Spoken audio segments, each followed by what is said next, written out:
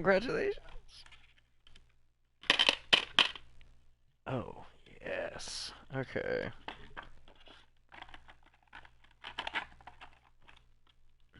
Kidoki? Okay, so. Yeah, so we got to talking about his uncle, and I was like, boom, Bob's your uncle. Bob's your uncle. He's like, yeah, that's literally what I just said, fucking idiot. God. Uh. It's not a whole lot to recap. We started last week's session where we ended the week before that, as we do every session. Just about. You That's not guys. true, What? because sometimes there's a week in between. Not a week. Not with this campaign, pal. It's happened. You're right, a few months maybe. Oh, Jesus. Wait, I'm so There's, confused. you said, Oh, the week Is it- before. yeah. Oh, God. You're already in character, I see. Okay. You guys found a very pale, skinny, somewhat abused Edward Stone, chained in a house. You interrogated him, got some answers, not a whole lot of clarifications. He does not seem to know a whole lot. He's very clearly been kind of kept in the dark. He could potentially be refraining information from you. Either way, eh, Literally uh, and figuratively kept in the dark. yes, physically as well. Um, and yeah, so ultimately, you guys set him free. You did not find a map in the house after looking, and uh, I mean, that's really it. You guys, he mentioned a way that he knew to get back across the river. It seemed kind of dangerous, though, specifically for Thogak due to his size. So you guys decided to go back to the bridge you were going to cross before and try that again. So you successfully initiated combat with the two guards that you guys could see standing guard at the front of this gate. Um, we did like a round of initiative, almost, and I A hit guard him was with my talking. beaten stick. A guard was attacking Kaz. That's why we had to pause because he wasn't here. yeah, yeah, that's right. One attacked Thogak, and then one was going to attack Kazara, and so we stopped. So we're on their turn right now. Um, so yeah, so Kaz, you struck first at this guard. You hit him twice, I think. Uh, then Thogak ran in, and he attacked the other guard, and then that guard attacked Thogak, and then this one's going to attack you. So we're going to start with you getting impaled. Let me turn on my light. So, Hopefully not. yeah, hopefully not. That's no, no. It's not quite what I said. No, no, 4d5. He needs to get some d5s out. Yeah, the classic D5. Okay, let's see. Um. Oh, let me get.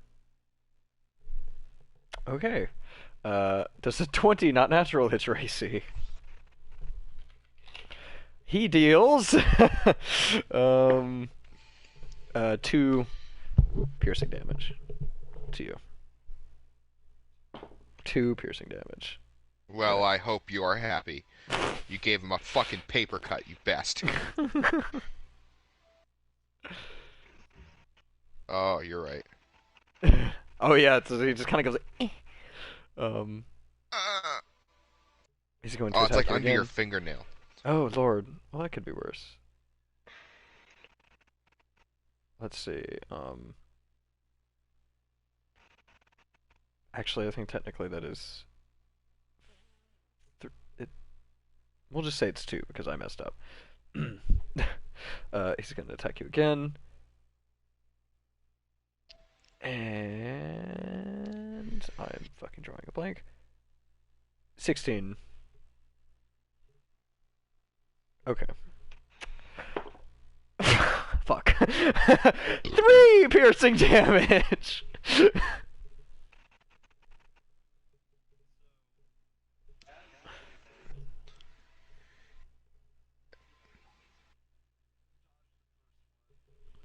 Mm-hmm.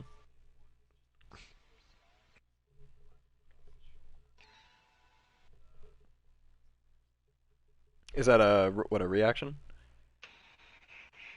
That's a reaction? Uh-huh. Okay. Um. Okay, hit me. Okay. Da, da, da, da, da. 18. Okay. This Bow, is. bow, bow, bow, bow, fire. What did you say? 18? It's a 10, I think. Oh, okay. Where the fuck did I get I 18 don't. from? What the Maybe that's how hell? much health he had left. What? Oh, yeah, you're Oh, right. the deck save was 18. Okay, that makes sense. Okay. He's looked better, but he's still standing, and he's still standing firm. So, um,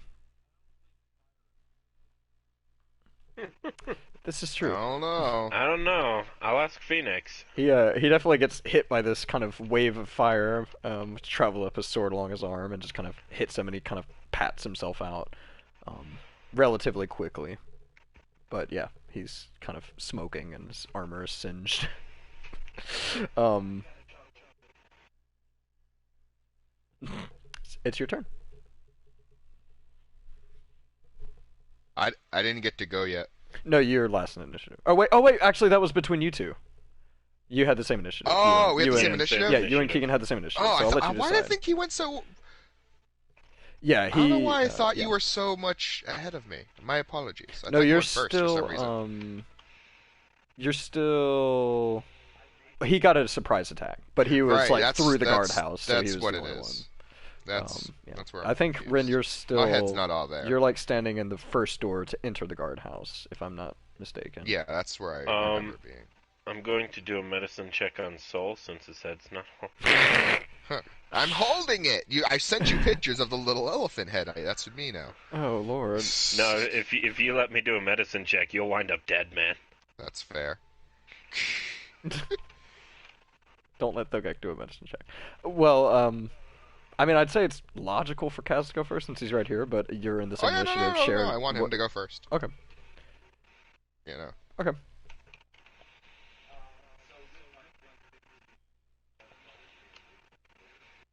Eh.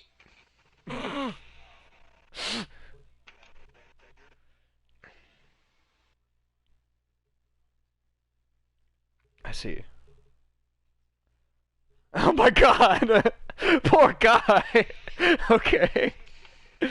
Yeah, let me give you a fucking what is it? Con save? Wisdom save. Ooh, 13. Ouch! This poor guy. He's like, fire! Those are D12s. Oh, good. I put the fire out. What do you do? Ah! That's basically what's about to happen. So, yeah, hit me. He's probably dead. Take it away. He has been murdered.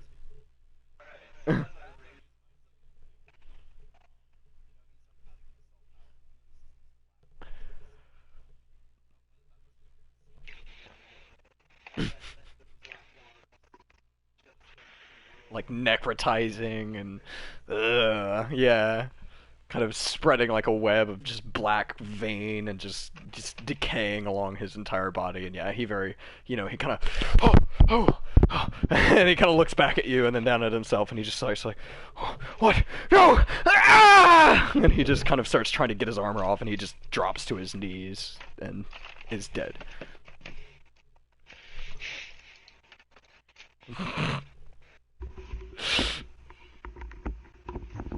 The other guy's very focused on the half giant attacking him very violently.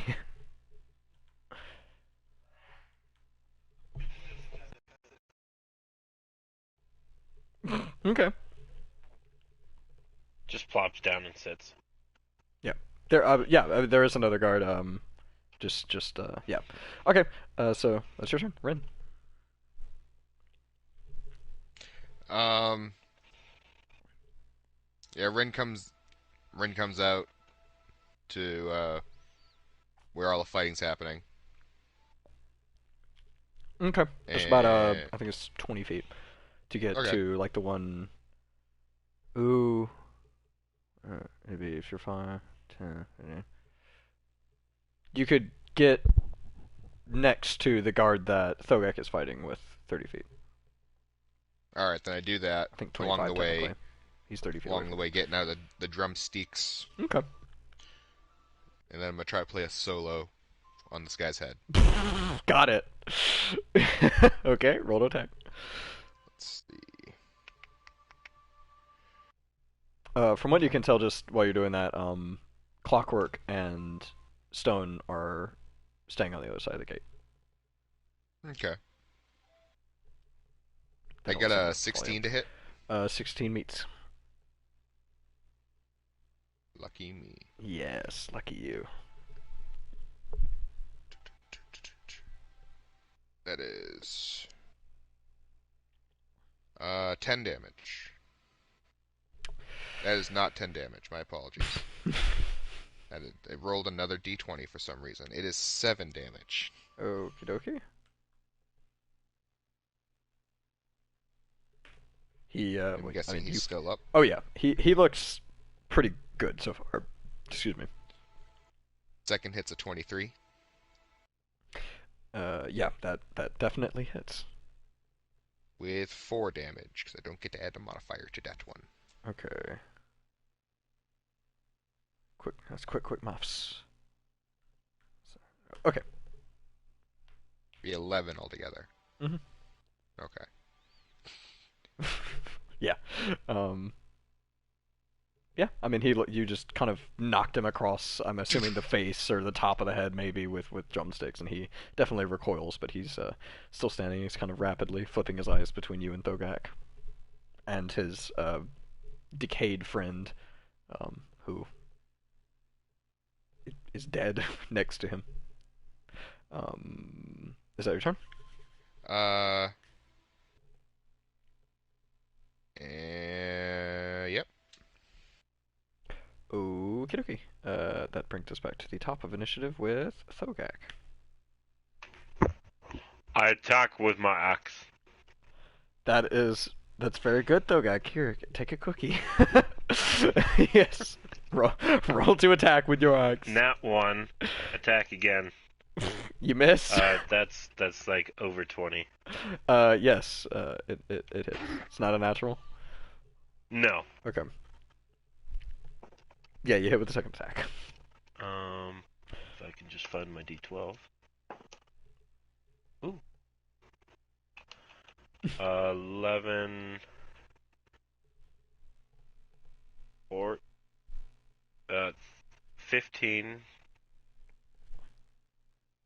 17. Okay. You have killed him exactly. He had 17 hit points left after Mark. So, Alright. so he is dead. Yeah.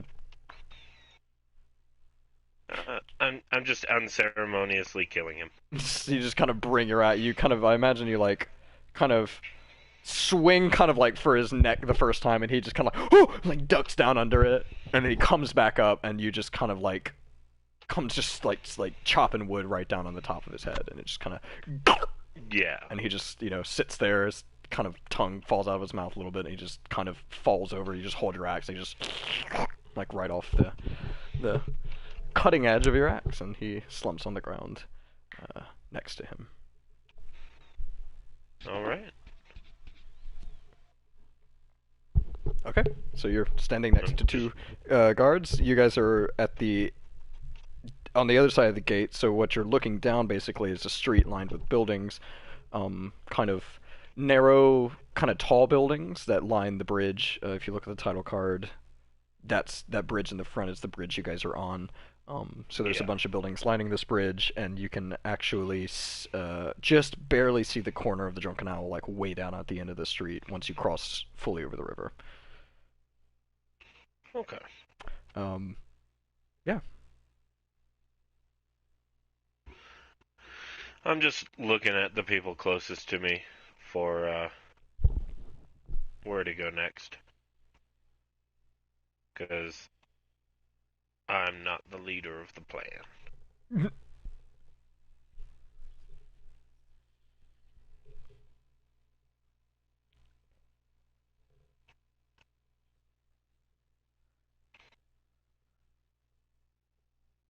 I just shrug.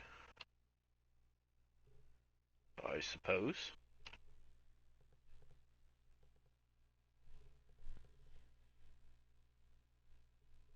Okay. Um, who's gonna do that? I'll go. I'll go ahead and do it. Oh, Oh, Oh, okay. All three of you walk back to the guardhouse and kind of like, yeah, shoulder to shoulder. You kind of hit the door frame, and one of you doesn't even make it near the door frame because of Thogak. Um, so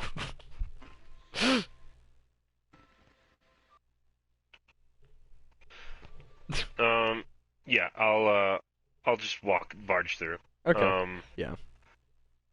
You easily then, plow past your companions and duck kind of under this door and stick your head out through the other one. And Clockwork and uh, Ed are kind of standing there, like not near each other. They're kind of just like eyeing each other from the corner of their eyes, just like hmm, hmm, hmm.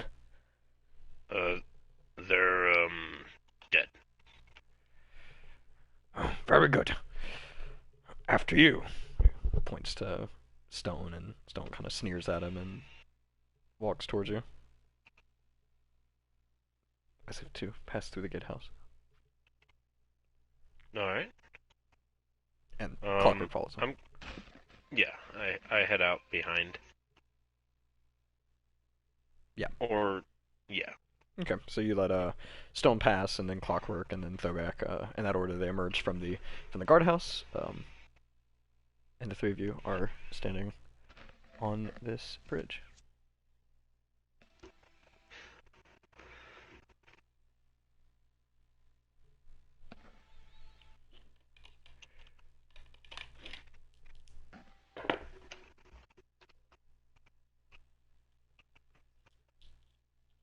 Okie dokie. I'm following, but I'm keeping my eye on Stone. Okay. So you guys kind of are you gonna try and be stealthy, or are you just gonna walk down the middle of the street? I mean, I'll try the best I can to not be completely obvious. Yeah. Um. Do you want a stealth? Yeah. And anyone else Okay. who wants to attempt to sneak, essentially, what that'll entail is you guys get over to one side, kind of stay next to the buildings, that kind of thing. Um, use as much cover as Hunch possible. down Yeah. a lot. You have to crawl on your hands and knees. Let's be honest. Not really, but yeah. So I'll need a stealth from. 10. Okay. Did you say something, Keegan? Oh, okay. Fucking hell, really? Not that the phone is ringing. I'm rolling for these two. Okay, good. Yeah. Oh, shit.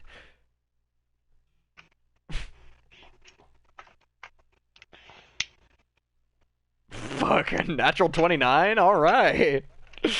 Uh, yeah, okay. So you very expertly, having the most experience out of your group with this city, kind of very expertly just kind of glide over to the buildings and by the way, I forgot to mention this, is my bad. No people.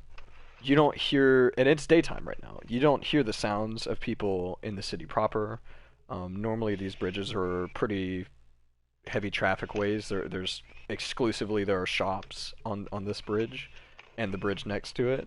Um, in fact, as you guys sneak down this bridge or start to walk down it, and then I'll get your stealth roll mark if you roll. 13. 13. Okay. um, you notice, it looks like a city abandoned. There are kind of like, there's a grocer on your right, almost immediately out of the gate. What looked like kind of an outside stall, where like barrels or baskets of apples and fruits and greenery would be kept. There's kind of spilled over onto the ground, and it looks like there was quite a bit of commotion, um, and you can't see anybody on the streets, nor like I mean even looking off the bridge down Wait, into the city proper. we can't even see each other? No, well, Kazara is practically invisible right now. um, Thogak just is not. yeah, no, Thogak. What you got a 10, Mark? You got a 13. Um, okay, Stone got that, and fucking Clockwork. Oh, okay. Yeah. So you guys kind of begin making your way down this street, and you get about to the end of the street, um, and nothing happens. Um, what's your marching order? I'll be Yeah. second. Okay. Rin, do you want to be before or after Clockwork and Stone? After I'm watching, Stone's my charge, so I have to watch if he gets away. Okay. So Clockwork is between you and Stone, and you can see basically the whole party, but you basically can't see Kaz. He's doing a very good job, kind of sticking to the inlets of the buildings and stuff, kind of peeking around corners, scouting for you guys, as it were. Um, um, Thogak is doing his best. Stone's like, doing lightly hunched over You're while carrying my battle axe. doing a very good like tiptoe sneak, and you think you're being so sneaky right now, like a little mouse. What? Okay. Stone is doing a relatively good job of staying quiet. Muscle memory, do you think? Clockwork, on the other hand, you kind of see him like mulling about. He's looks a little frantic, I guess, at the city and the state, these couple of buildings. Um, Specifically, as you guys near the end of this bridge, you can make out the drunken owl. Um, so all of you kind of see this, gaping black kind of toothy. Well, I mean, it does look about like that with jagged boards, where the tower once was rooted to the rest of the building, but has since fallen.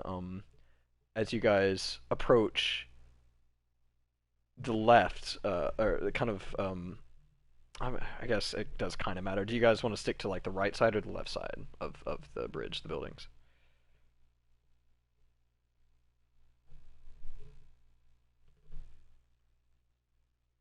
The side with the most cover. Probably the right side. I'd say after about halfway, the right side looks a little more promising.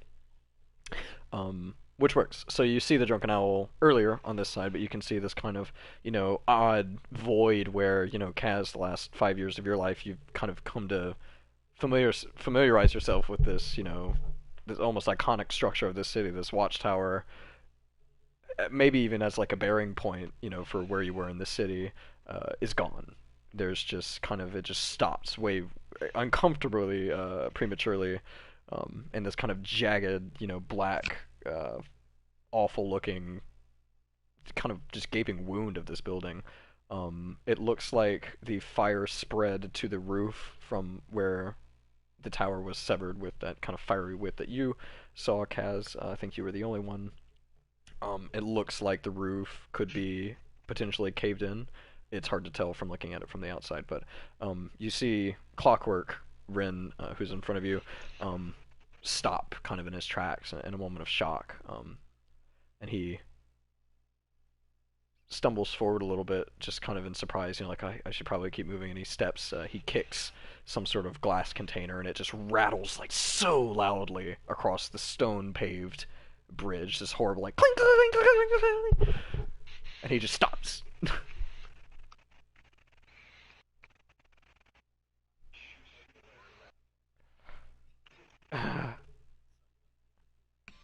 Yeah. I'm pointing at Clockwork. He kind of, I mean, he looks like a wet dog. He's very like, I'm so sorry.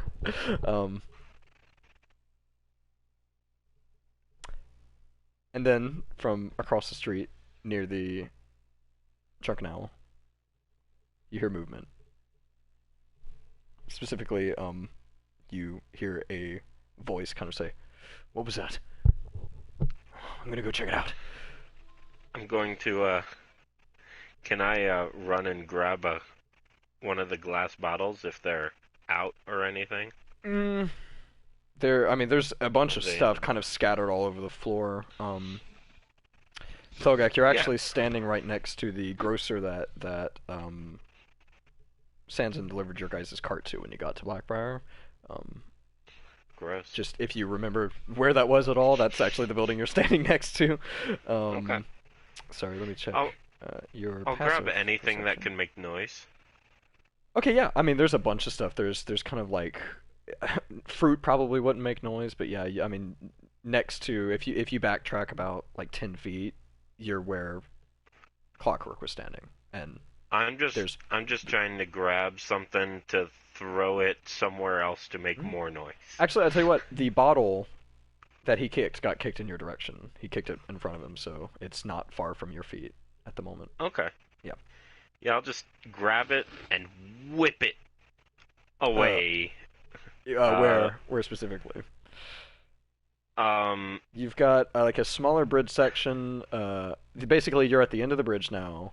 About mhm. 20 feet in front of you is the road that continues straight. That the drunken owl was at the corner of. And we heard the voices from like an alleyway to our left, or Yeah, somewhere near the drunken owl. okay. Um, trying to throw it on the other side of wherever I think I heard the voices from. Um, Okay. like That's a pretty good throw. I mean, you're you, so you could definitely make it. But if you're I trying to like throw it in the opposite direction of where you guys are, is that kind of what I'm getting? So like they heard yeah, you. I'm trying to get them to look a different way than us. Okay, give me. Are you more concerned with accuracy or distance? Accuracy. Ooh, God, that makes it hard. I guess. Trying to make it more believable than anything. Uh, I. Fuck, that's a really. I mean, I guess roll to attack. We'll just say With no maybe. proficiency? Yeah, with no proficiency. Throwing bottles, yeah. No, he's good at Uh, throwing mugs. Back. 19. Okay. So you kind of pick up this bottle. Um, and I'm really not sure how this is gonna work. You pick up this. I don't know. You pick up this kind of like it's like a I mean Don't basically like worry, it's I like have some sort something of to add glass at the bottle. end. Okay. And you chuck this bottle. We'll say a good 35 feet, and it lands past the drunken owl, kind of around where the alleyway. Well, they're really in an alleyway with Drunken Owl, but it's on its own like block basically. It hmm lands kind of in the intersection of the street behind the Drunken Owl. Okay. Uh, are you gonna do anything else? You hear kind of hurried footsteps emerging I from the I Drunken Owl. I am. Okay. Where he landed, where the bottle landed, it landed about 35 feet, so 30 feet away is running footsteps I'm making with minor illusion. Okay. That would be I'm towards you going to. guys. No, So I'm making like them. like start and then get quieter. No, like 30 feet away, they're like sounds of running, like where the bottle landed, running Yeah. footsteps, so they know to. So it Like, makes the just bottle sound tap, more tap, tap. believable. Okay. Um, I don't know. I'm gonna try to, like, get down lower. Huh.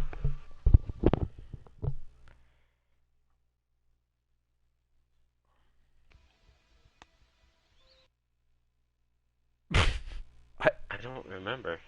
I don't either. Um. Oh, yeah. um. Okay, if that's all you guys are going to do, um, basically you see a single Thieves Guild member run out of the Drunken Owl, and he looks to his left. Actually, let me see which of these he does first. Um.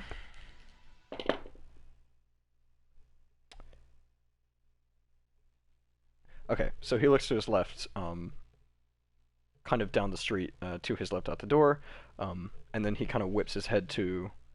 Sorry, he looks to his right, out the street, kind of the that runs along kind of south along the river, and then he whips his head left to where the bottle would have landed, um, and then he kind of almost double takes back in your guys' direction, He and you sees like a giant Goliath trying to hide behind like a tiny box or something. three of you did not make his perception roll. Three of you did not get stealth high enough to see his perception.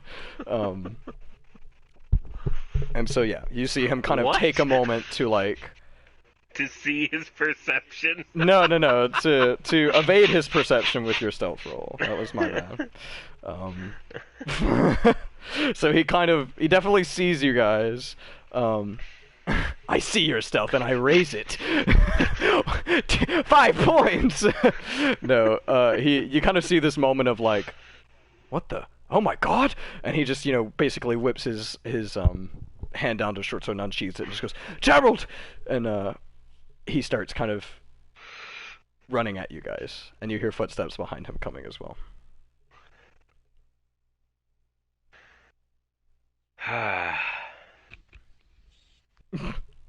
Wait, I use minor illusion to make the sound of the incarnation for Eldritch Blast for the next minute.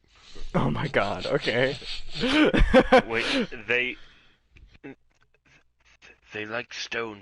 We have stone, guys. They're running at you. Just, be- Another just one behind emerges you, from the you just building. keep hearing Nick. Yes, but yes, but yes, but.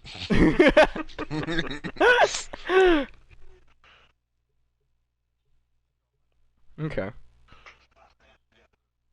Shing! Yeah, the guard, he kind of raises his short sword. He's running. He's probably about 15 feet out from you guys. And as he's running, it's just. An arrow just goes straight through his temple and out the other side.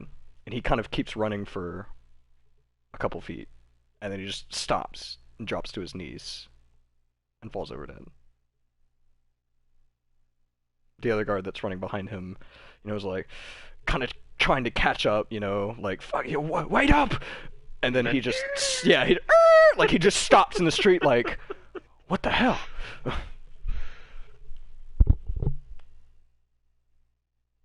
And then, from your guys' left, it'd be their right, you see a cloaked figure emerge from a set of stairs that lead down, Rin, to the kind of like the fishing, the basically the place you entered from in the river.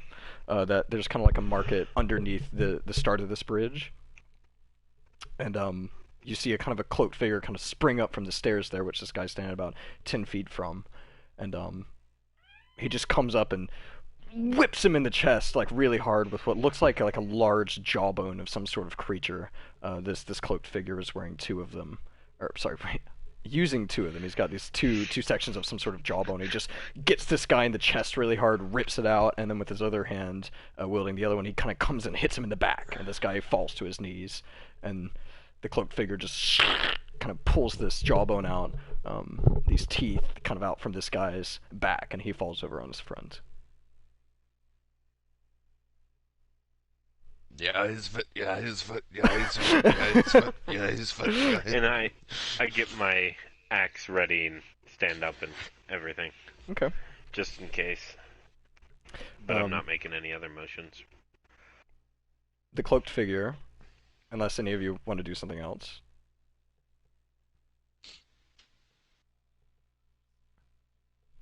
Okay. The cloaked figure turns to you and pulls back his hood. It's Jaxan, yay!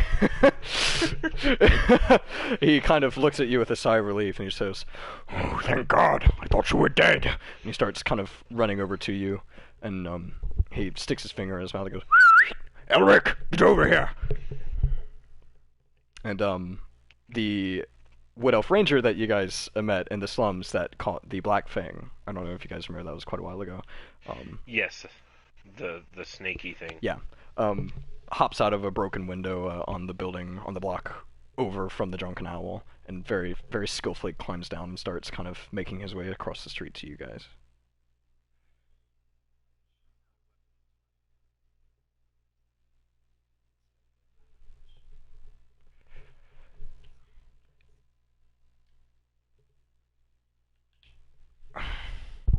He looks at the where the tower once stood, and he kind of looks at you guys. He's like, does it seem that impossible?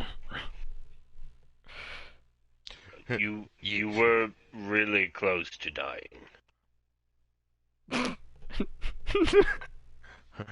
He's the audible record scratch. When he gets to you, Kaz, he not only shakes your hand, but he clasps it and brings you into like a bro hug. Basically, he embraces you almost. Oh, not a brug. Okay, yeah. He pulls out. Elric runs over. Arrow's still strung on a bow, kind of keeping watch. Basically, he's very alert. He's looking around.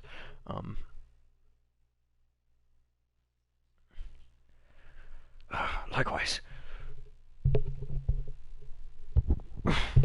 He nods at the end of the bridge.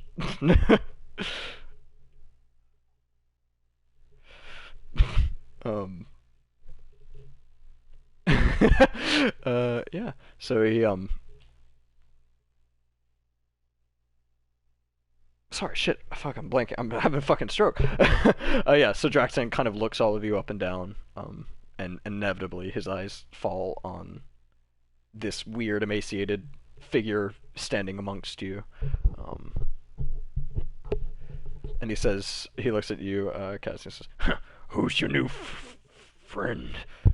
And you kind of see this recognition set into his eyes, and he reaches for one of the weird shit. the jawbones, essentially.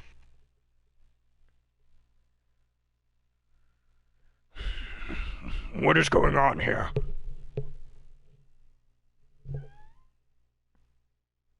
Weird shit.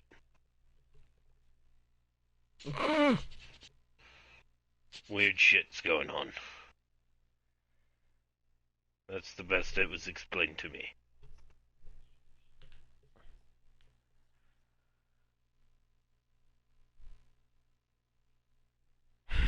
He kind of like, there's no such thing. And Stone in the background just says, "Yep, it's good to see you too." He looks kind of angry. I think is the best way to put it. Draxan does, after kind of eyeing him up and down and looking at Clockwork as well, and you Ren in the back, he throws his jawbones over his back.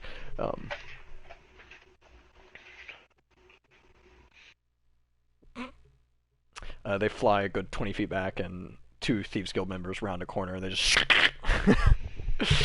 No, not really. He just kind of places them behind his back. Fucking literal bastard. And, See, I seriously thought he was throwing them behind his back. Yeah, sorry. No, he, Well, I'm done with these pieces of shit. Get these out of here! I don't even know where I found these! No, he, re-slings them, kind of, they're not sheathed, but he essentially sheathes them behind his back, to a little custom holder he has there. Yeah, holstered. Yeah, he holsters them. And he kind of looks at you guys. "Well, we shouldn't stay in the streets long."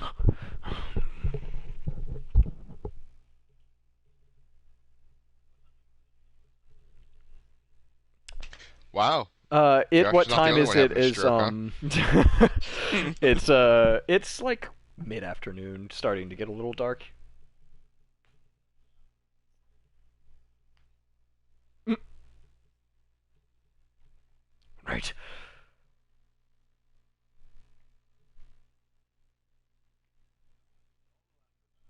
Okay.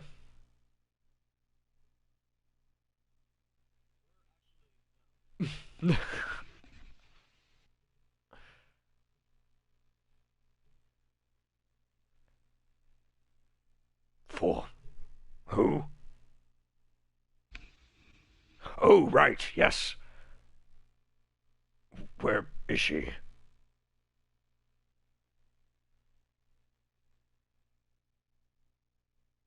Um, Last we saw her, she was in the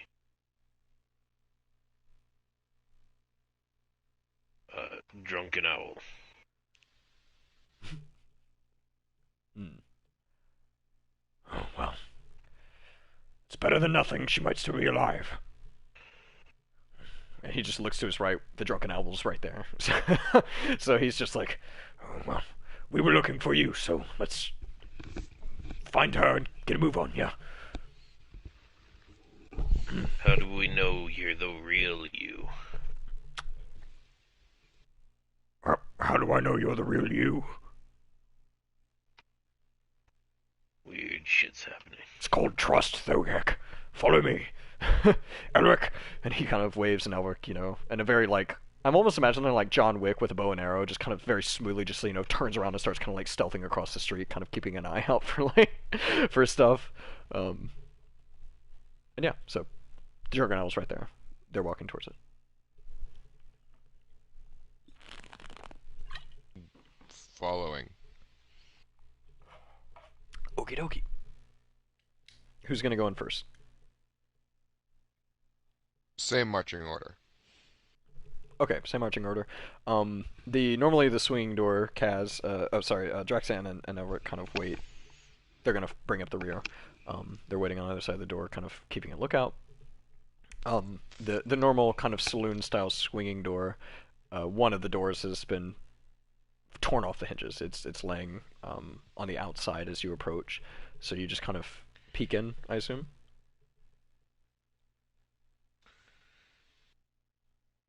Oh, you walk in. Okay, yeah. So you walk in. Um, you don't get very far. The roof is mainly collapsed in the middle. Um, a lot of kind of burnt timber and the kind of the beams, the rafters that kind of held up this very like large central barn room have collapsed inwards. There's nobody in the bar that you can see. You're welcome to give me your perception if you'd like.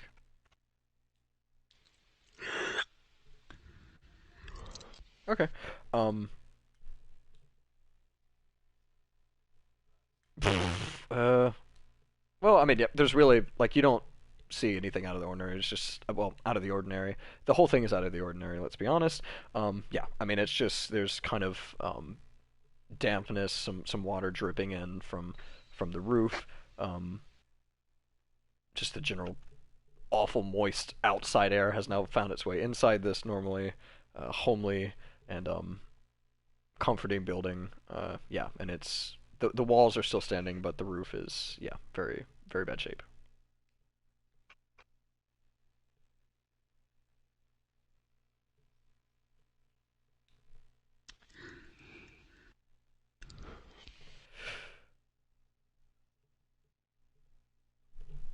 Okay.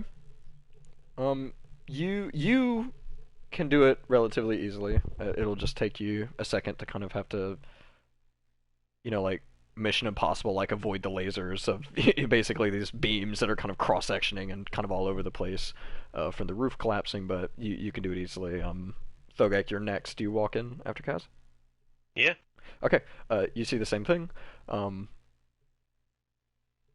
and Kaz kind of starts, ducking, jumping over these beams.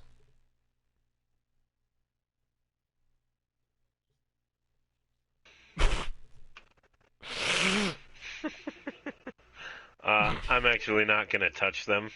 Mm. I don't as much as I can. Um, I am gonna I don't need a dexterity from you if you're gonna make your way through the beam maze. 16. 16. That's actually shockingly good. Yeah, you bump a few of them just because you literally have to. Like, you do a really good job of finding places to put your weight beams that are on the ground and, maybe still even partially touch the roof So that are I sturdy. can just shift my weight. Where am I supposed to shift my weight? That beam there looks pretty good. I can just move it. Um, Yeah, so you're making good pace behind Kaz as he, okay. as light as an elf as he is, just kind of nimbly hops in between and over these beams. You're keeping good pace with him. Rin, you enter last. What do you wish to do? I mean, if everyone's going one way, I'm gonna go that way too. Okay. I'll even say with Kaz and Thogak doing it, you can just kind of let Thogak trailblaze for you, um, and it's not too horribly difficult. Um, so yeah, you Stone and Clockwork kind of walks in the bar behind you, Rin, as you start to make your way through the fallen rafters, and he just is looking, very helpless. I think that's a good word. And Stone just looks kind of impressed. Um, but yeah, so you guys make it probably a good couple minutes later to the other end of the bar. So you uh, are at the door to get into the back room where the secret entrance basically down to the cellar is. There is a beam pressed against the door, a large beam.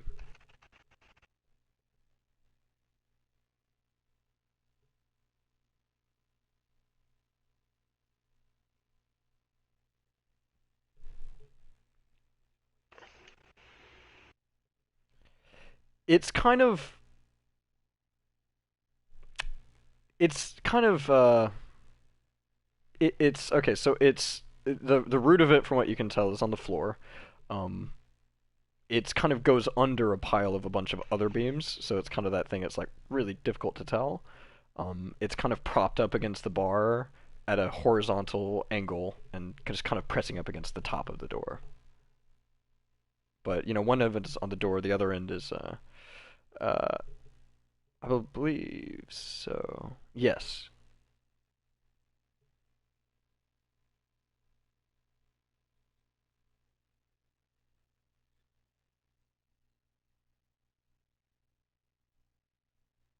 I'm just gonna shrug and see if I feel like it's carrying anything else. Like holding the weight of anything else.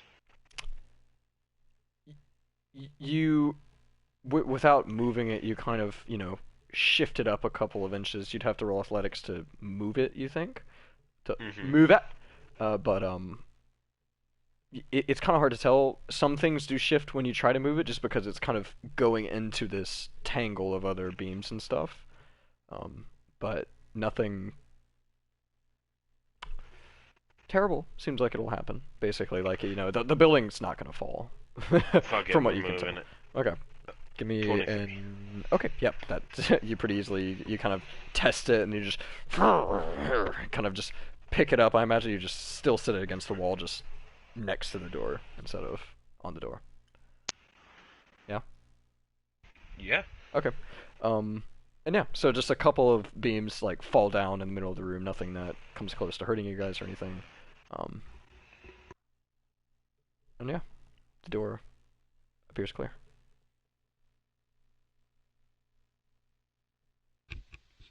It's a good thing that didn't take much longer. I would have started shooting it with Eldritch Blasts. Oh God! Hey, you have it charged up. Oh my God. So, Thogak, do you open the door, or Kaz? Would you like to?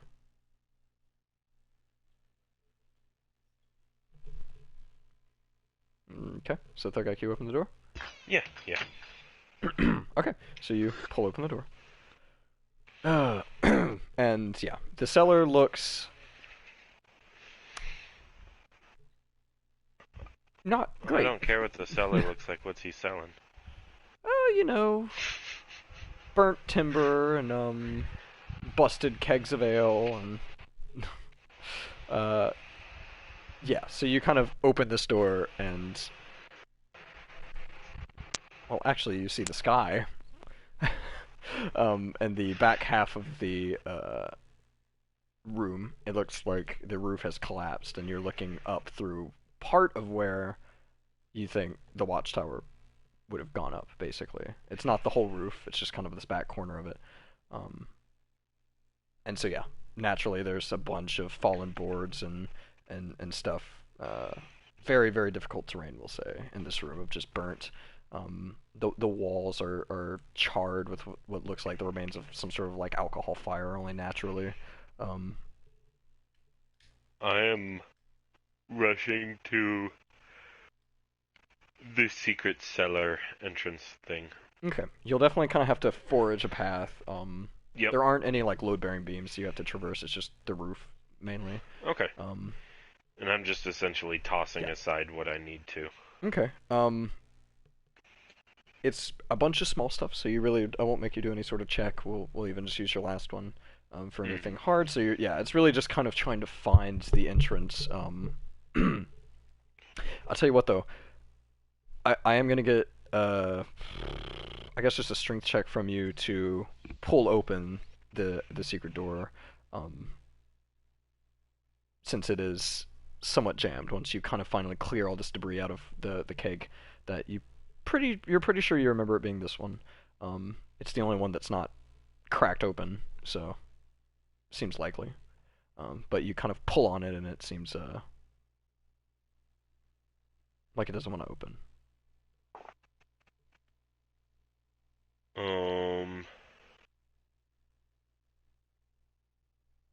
Got a nat 1, Ooh. but I will say I get double my carry weight when pushing and pulling things, so if Okay. that matters. Or actually, it's like with the path of the bear, Hmm. it's like I don't remember. My web page isn't pulling up, so Okay. Yeah. Read it off.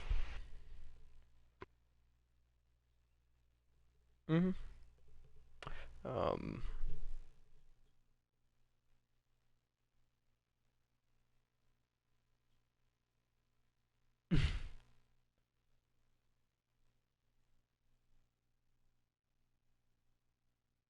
You have advantage on strength. Okay.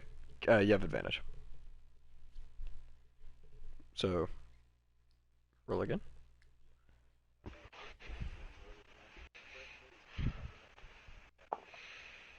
On strength checks made to that push, one I pull, got a lift. 20, not natural. Okay, that's definitely enough.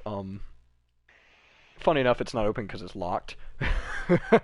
So you could have just picked the lock if the nat one didn't work, but this works just Yeah, as well. Thogak's more like breaking through Oh, rather than trust me, I'm picking aware.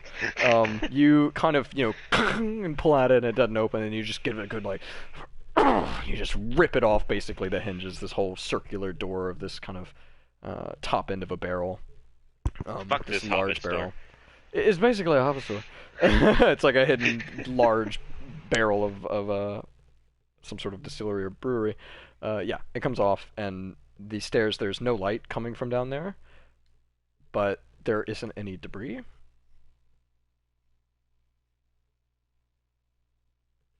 So I I take it rush you down there. rush down there, yeah. Yeah. And yeah, you get down. I'm trying to remember the layout of this. So you kind of rush down this brief stairway. There's a door that's not locked, and you fling it open, knocking dust off the walls as the door kind of slams against the hallway.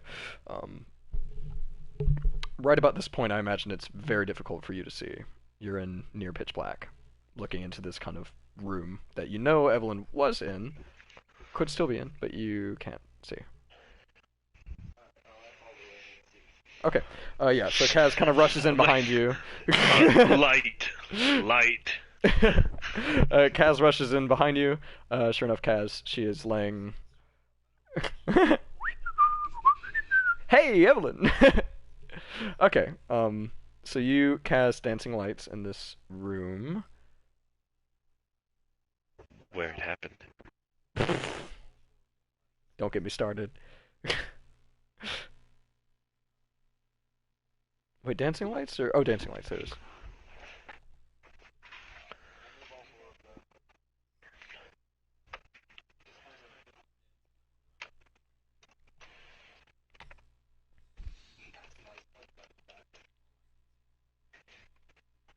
Okay.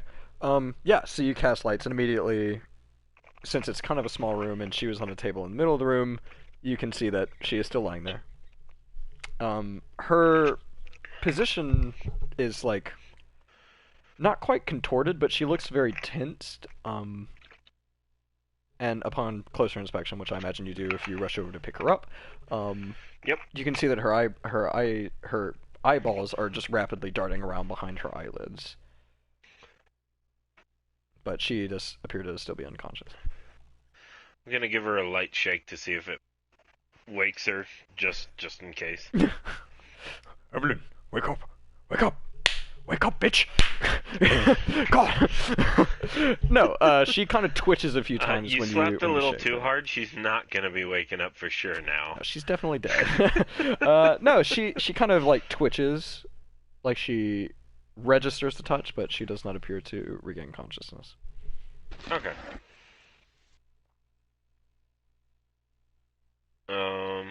Yeah. Then I'm picking her up and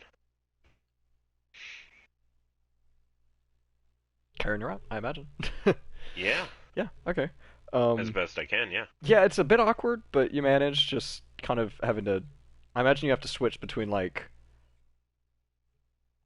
cradling to kind of like holding her like an infant over your shoulder to get through some of the narrow, like the hallway leading up is pretty narrow. Um, hmm and then yeah, so you get her out pretty easily. Um, Thankfully, you already kind of foraged a path through through, through this the back room. Um, so getting through there is easy enough. But yeah, so Rin, did you go into the back cellar with them? Yeah. Okay, so did you go down the stairs or were you just waiting in the cellar? I would have just been waiting. Okay, Thogak emerges holding Evelyn, um, who is, as I described before, like slightly tensed, not contorted, but visibly tensed up. I guess is the best way to put it. Still unconscious. Um,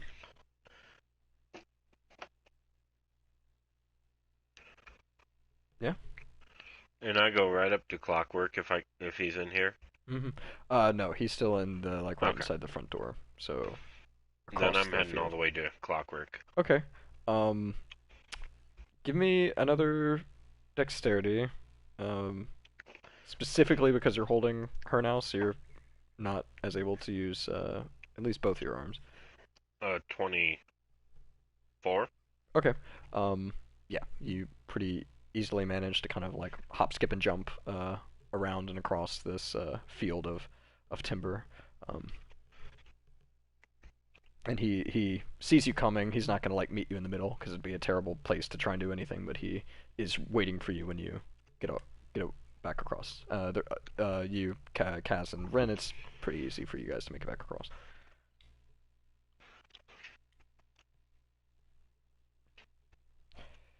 Um, Clockwork kind of looks at her, and before I'm sure you even say anything, he just kind of looks at her. He says, "Her condition seems to have worsened."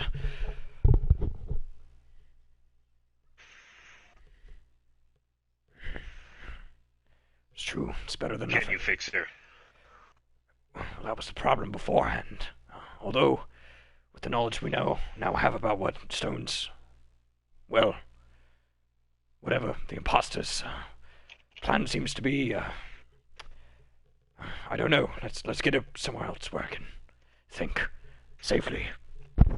Um, Jackson sticks his head in from outside.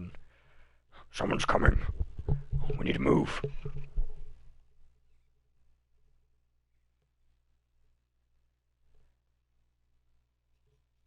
He just looks at you, kind of like, well. No, no, we should avoid any attention. Stares in direction of the four other dead bodies. And then nods, like, yeah, okay. Not even noticing, he just nods back at you. Like, oh, yeah. Probably hadn't even registered that you haven't said anything this whole time. So, what do you guys do? Head off. Okay. To the place that he is going to take us to. Okay. Probably his kingdom. Kingdom. Loosely defined. Slumdom. Slumdom, yes. Slumdom. Slumdom works. It's a slum nation, so slation. Perhaps. Alright, Cass. Thogak's the one with the low intelligence score. um, but yeah, um,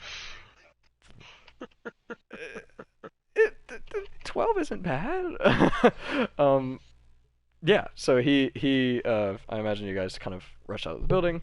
And yeah, if you're following him, he leads you around the corner. You guys do hear a good number of footsteps approaching. He kind of leads you around the corner and tells you guys to wait for a second as some footsteps pass out of your guys' sight. Then he keeps you guys moving.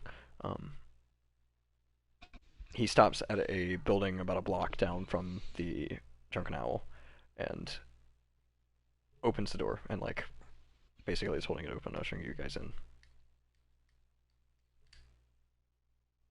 Elric is bringing up the very rear. I'm just following. Okay. I will assume all of you No are. resistance. Okay. Yeah. So. I'm a willing captive. Are you a captive? Maybe. Who knows? This is gonna be another fucking doppelganger. You could try and figure out if Rin would be concerned. Rin has so many concerns. Rin can't talk. It's a good thing because there'd be a lot of bitching.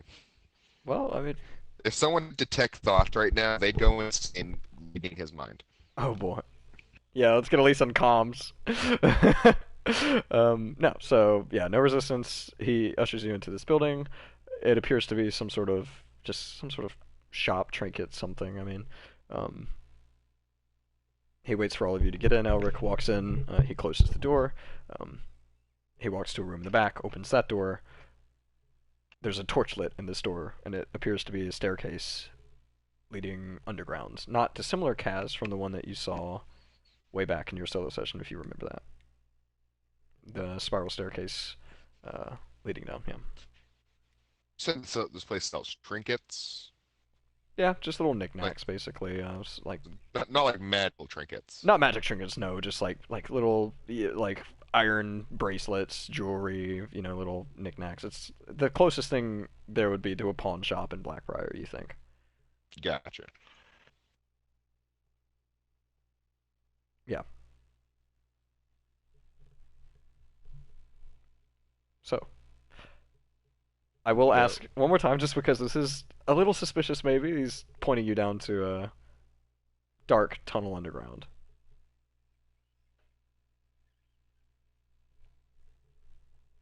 And Thogak is just like he doesn't okay, like everything's weird. this is true.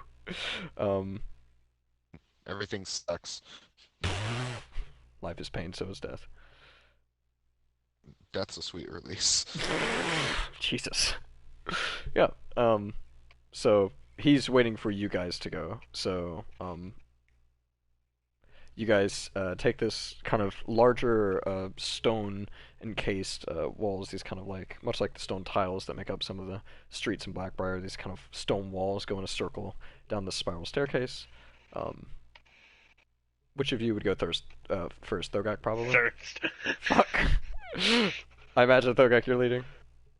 Uh, No, I'm kind of staying near the middle of the pack right Okay, now. so then Kaz, Thogak,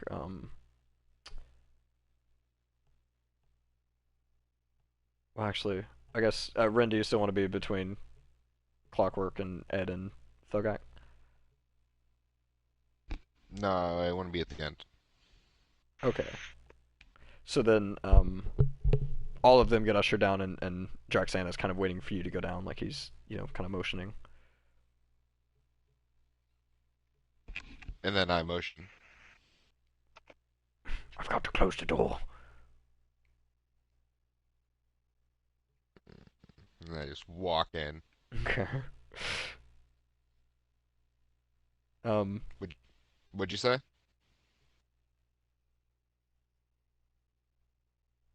who are you asking? Draxan?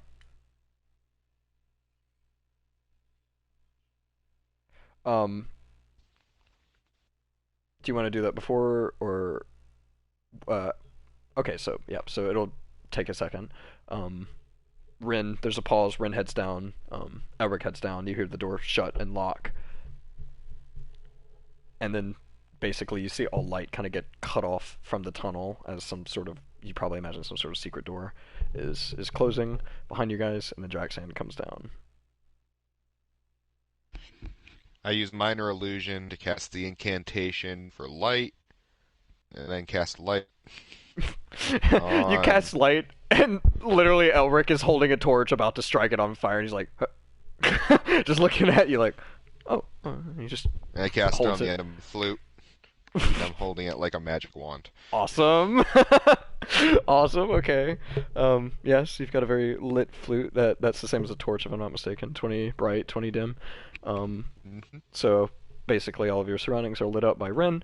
Um, you guys appear to be in some sort of underground tunnel. It looks maybe like a disused sewer tunnel. Jackson kind of brings up the rear and walks past all of you. If you want to repose your question, he can definitely hear you now.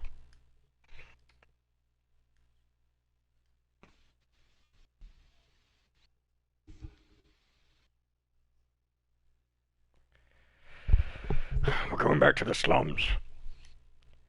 These are old tunnels that the Thieves Guild used to use. And you kind of see Ed like, yeah. He's not looking super happy. Um, Ever since their expansion, they don't really use them anymore. So, ironically, they're our best chance to get through the city undetected. It's this way.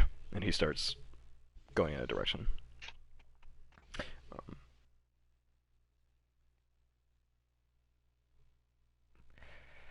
well, after whatever happened at the watchtower, Stone, or whoever's posing as Stone, shut all the gates in and out of the city. People were confined to their houses, and eventually they started ransacking, so we've been trying to get as many people into the slums as possible.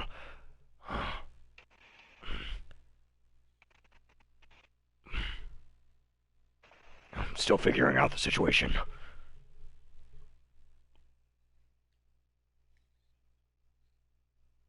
Yeah. Um, so yeah, if nothing else, he is leading you through these tunnels for quite some time. What probably feels like an hour, if nothing else. I mean, you guys are basically just kind of going through these tunnels, stopping every now and then to listen. How long does light last? It's not a cantrip, is it? It is a cantrip. Okay, so you can just recast it whenever. Um, I mean, no, not whenever. oh yeah, that's a good I, point. It's I have not. to cast another spell No, no, and no. then cast that spell. Oh, it is verbal. Fuck. Yeah, Oh, but okay. I was like, Then I think it's like an hour though. that's I was perfect looking then. it up. Um, you don't even need it for an hour. About 45 minutes into your guys' walk, you turn a corner, um, which has torchlight kind of just barely peeking around the edge of it, and lining this corridor for that kind of goes in this straight, circular tunnel with a flat ground, are people. that definitely look like refugees of the main city. They don't look like people from the slums, just kind of huddled up to the walls. Divided into little groups, families, friends, that kind of thing. Um, and as you guys turn the corner, they all just the ones close enough to see you kind of stop and look. Um, and Jackson keeps moving. He didn't want to put on a red light. Nope. Those days are over. Ren, you don't have to sell your body to the night.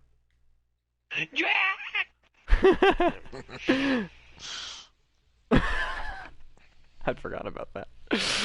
Okay. So yeah, if you guys keep following them, this tunnel goes for a good bit. I mean, a good probably 10 minutes walking slowly. You kind of have to slow down to get through some of the people. There's stuff in the middle of the aisle now. Um, there's people. There's traffic now. Basically, every now and then you guys have to step aside for someone running through with like bandages or something, and yeah, you walk through this large lit portion of the tunnels, and you arrive at a staircase, and Jaxan takes a left and starts going up this spiral staircase. Exactly like the other one, just obviously a different one. Is it obvious? It's a spiral staircase. Well, And you yeah, guys have been I'm walking for a following. while, and it's on a I hallway know. that is You not don't the same. have to sell your staircase to the night. This is Blackbriar. Everything gets sold to the night. Even the staircases. Yeah, so you guys follow him So up yeah, the we staircase? just trundle along with him. Okay. Um, yeah, this staircase, spiral staircase like the last one. Kaz, if you're behind him, you see him come to the stone wall and press in one of the bricks, kind of in the top right corner of it. He almost has to like stand up on his haunches to kind of like press this brick in, and the door very roughly it slides open about halfway, and then he has to grab it and like push it the rest of the way. Um, Push. Push it real good. What? And he opens it. Um, and you can kind of see through the facade of this building, Kaz, the row of buildings that act as like the front line of the slums, basically. And he's standing by the door waiting for all of you to exit again.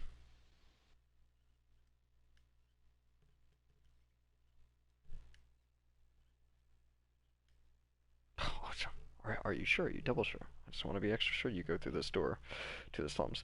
Okay. Yeah, so you go through Thogak.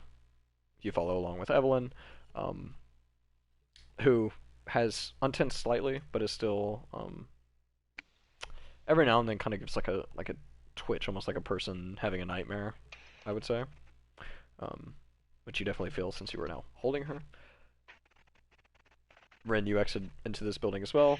You see a familiar set of buildings. These are the same buildings that you guys came through the last time you entered into the slums. Clockwork and Ed come along. Elric follows up, and you see Jackson this time press another brick in a kind of similar spot to where he pressed it on the last wall. The same wall kind of comes in and goes about halfway, and he's just like, this damn thing. And he tries his best to get like a hold of this kind of slick brick wall, and like kind of sinks his claws into it. You see some like dust and stuff come out of the mortar that holds the wall together, and he just kind of drags it along the floor and closes it.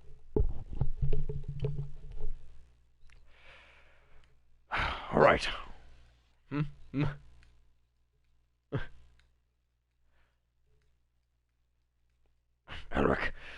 Elric kind of peeks out the front door because you still have to cross the street. He checks left, checks right, and he gives you guys a nod. Jackson kind of scurries across the street. Assuming you guys follow him, you enter into the same building that you guys entered into the last time. There's a man there that ushers you into the back room, which kind of the back wall of opens, if you guys remember that. And yeah, you're now, oh, excuse me, in the slums. Jesus, in the slums. Familiar territory that's not under threat, and it is packed with people. People from the slums, some people that look very uncomfortable, that obviously aren't from the slums, kind of all huddling around moving.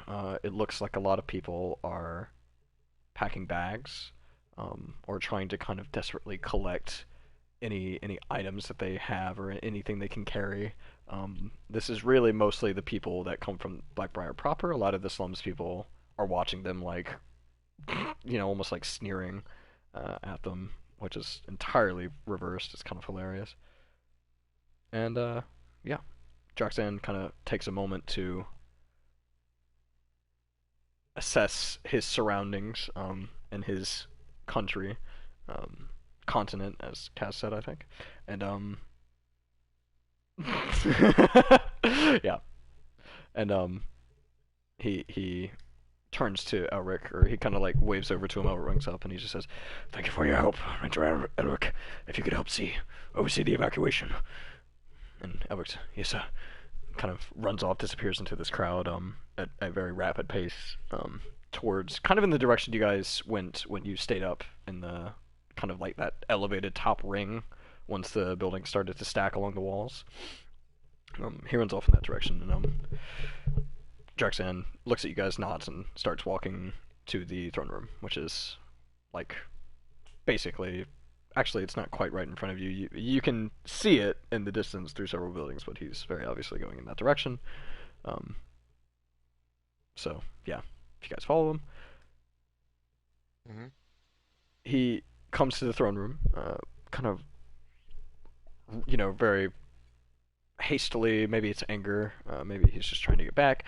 Throws open these double doors and walks in. Um, Kaz being in the front, you see this first, followed by you two. Uh, Immediately see kind of in the middle of the room in one of the long tables that actually two of you pulled into the middle of the room last time you were in this building. Um, Rhiannon is kind of standing next to one of the tables, and she's leant over. Really, it looks like a body, and she's just kind of got her face buried, um, in the chest of this body, whose feet you can only see. It's probably not hard to make out, but yeah. And she's just sobbing very, very kind of this muffled sob into this apparent corpse on this table. And Drexan looks at you, Kaz, and just kind of like goes to say something and then doesn't, and just kind of walks towards the back of the room.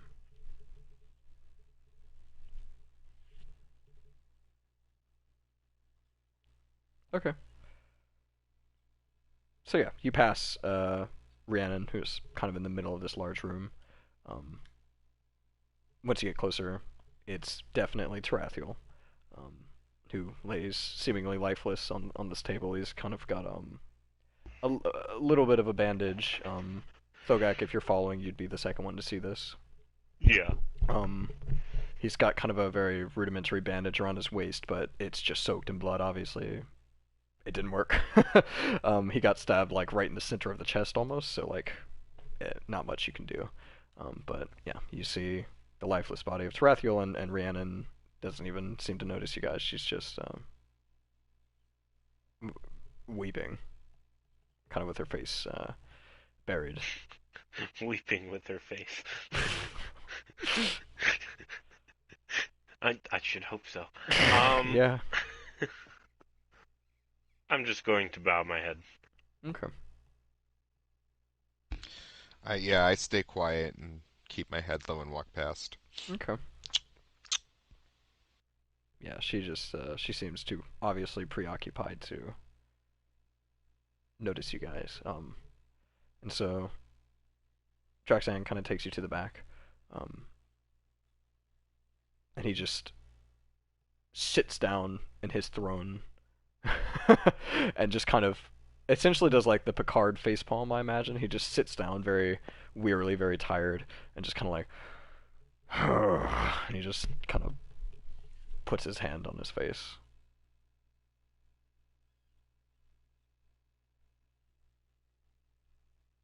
I'm just gonna stand waiting. Um, for whatever, since starting to get a gist of like what's going on, but Thugak still is just confused with most of it. Okay.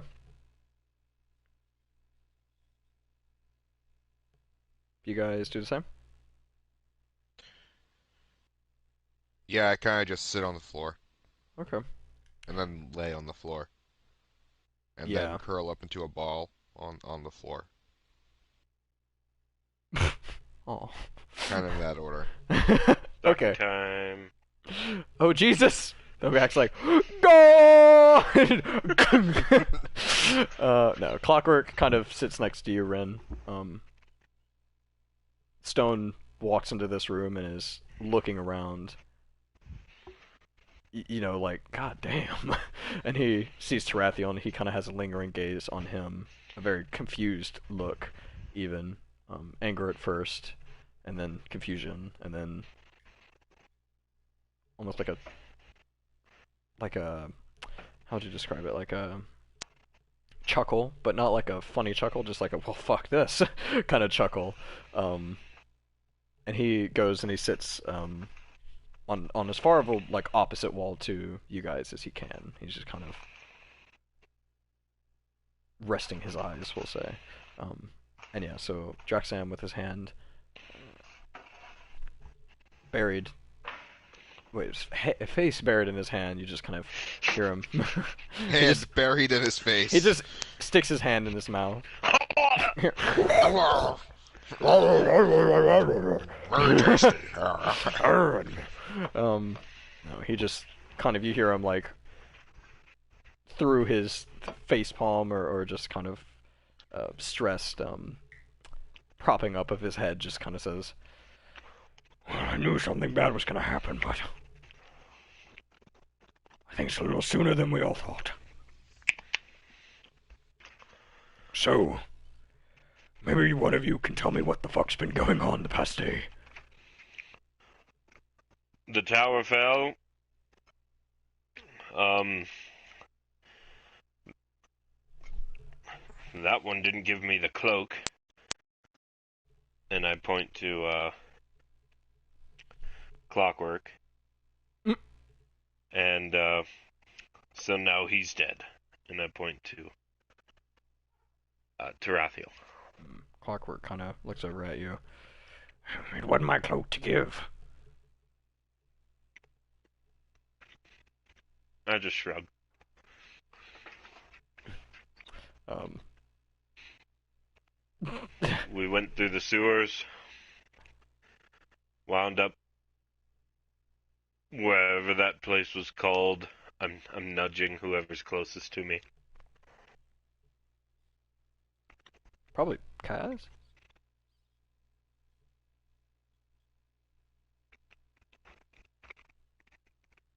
I'm nudging you. Saying we wound up wherever that place is called. Um,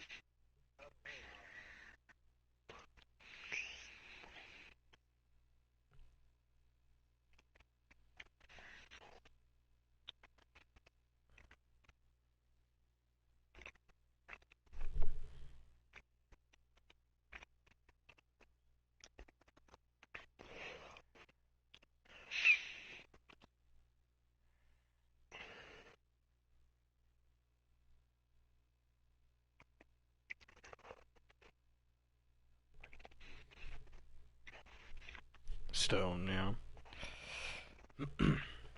He kind of glances over and just like looks at him for a little bit, still, you know, like very furrowed brow, and then just kind of turns his gaze back to you to keep listening.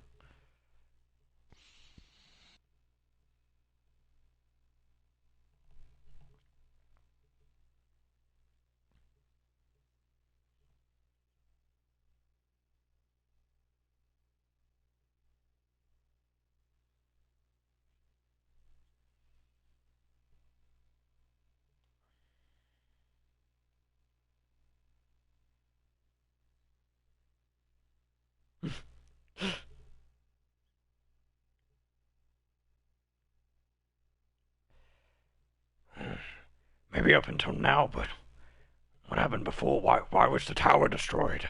What happened at the Corvellian complex? I haven't been able to get much out of her. He kind of motions to Rhiannon. He kind of like lowers his voice maybe a little bit at the last part, like I don't want her to hear me.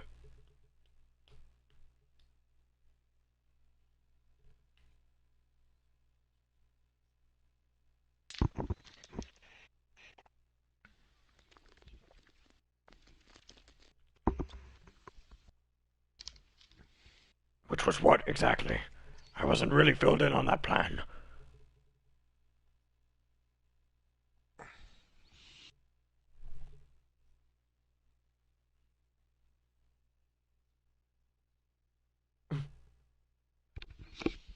Hmm. And he kind of like waves someone over that's kind of like tending to things. And yeah, he whispers in his ear. Guy rushes into the back room and brings out a kind of like a cask of water, several cups.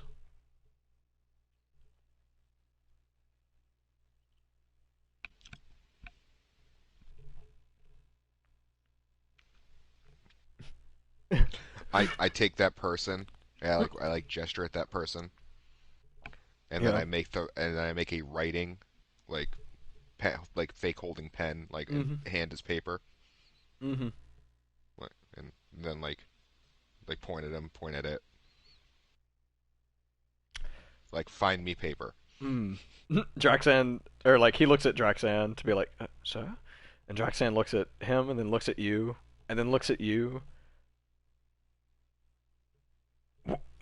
What's his deal? He hasn't said a word.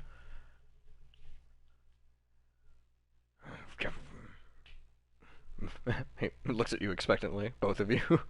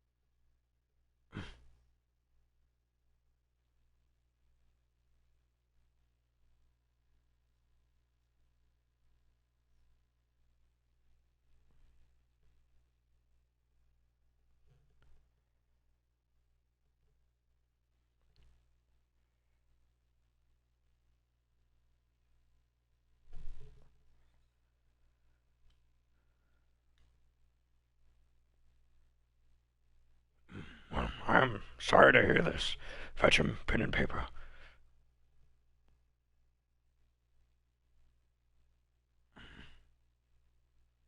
Well, he kind of does his hand like over his head, and he kind of,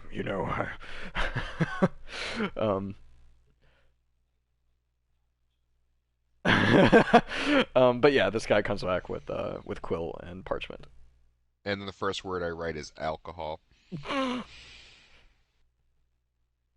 He looks over at Jackson before he even like he's nodding before he even makes eye contact. And the guy's like, and he disappears for a little bit longer, and then eventually comes back with a cask of just like normal kind of tavern ale. Now I'm just going to town. Okay.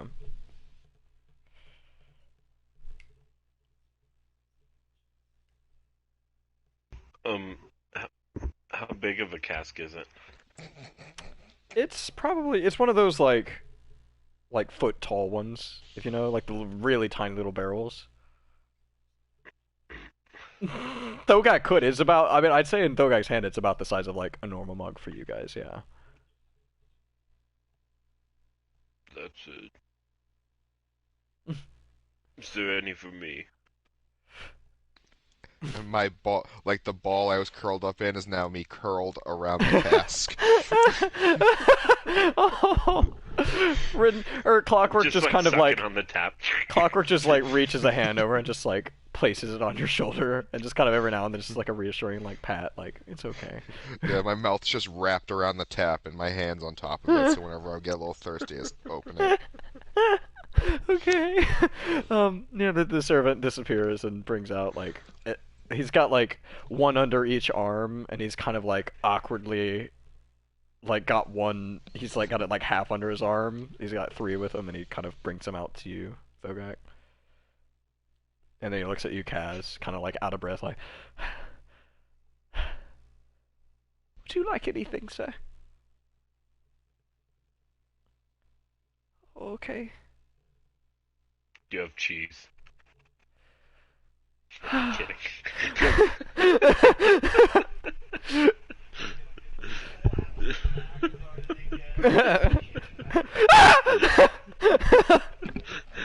Guy fucking falls over. He like catapults across the room, hits the opposite wall. Yeah. No, he just kind of nods and gets back to what he was doing.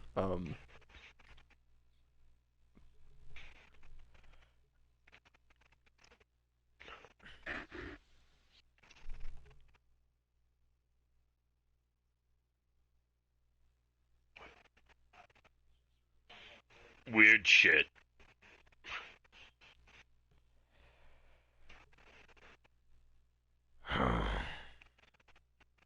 And I just start drinking. Okay. Um.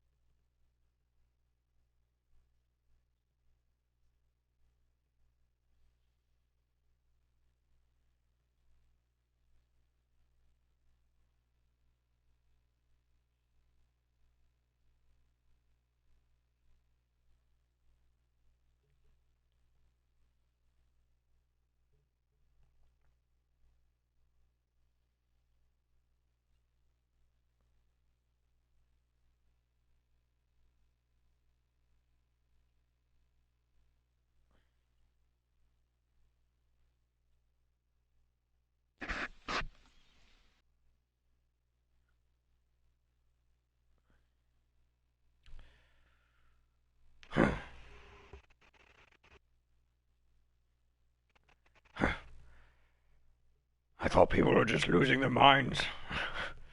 So that part's true. Uh, so, you, what of this weapon? And Clockwork just kind of like pats your shoulder one last time and stands up and he goes, "Well, where to begin?" And he opens his mouth to talk, and we're just gonna expedite through through him giving the whole spiel again, basically. But even this time, you can tell like he's tired of saying it. You know, he kind of like is like blah blah blah. There was this old plan, but he basically gives the whole spiel about Cillian and the Shadowfell. Coming to the By the material end of it, plane. I'm like, I need a second keg. Give me a con save. That's fine. Yeah. And Thogak, how many do you think you've gone through? You had three brought to you. And I'd say they're about like a mug of ale in your hand. I imagine it'd still be a lot. I don't really know how uh Goliath like tolerance works, you know, if like a cask of ale is like one mug of for a normal person, or is it still like one mug is like one mug? Okay. I don't think that helps. I just really, yeah. But yeah. I got an 18. Okay, you're doing shockingly well. You're not nearly as drunk as you'd like to be right now. Um, God damn it. hence the second cask. So you could Yep. either mosey over and steal one of Thogak's, I'm assuming there's at least one left, um, or go I, to I that like servant. I like walk up to him and then I like put please on the paper and I point at the other cask. To Thogak. Yeah. Okay. Sure. And I Yeah, grab I it. just shrug and hand it to you.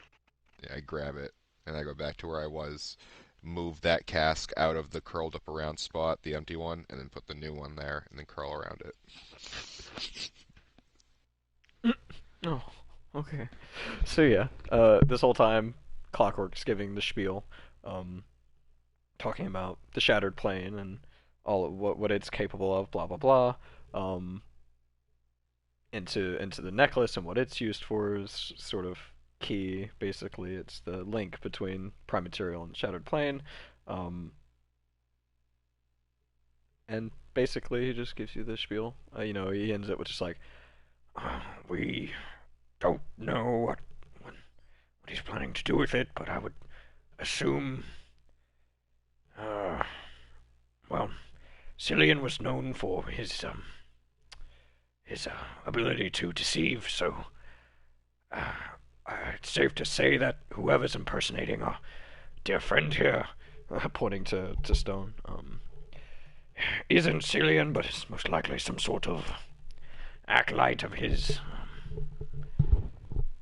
And I'd say it's safe to assume he's trying to open the shattered plane into this one, merge them, as it were. Why here? Why now? I don't know.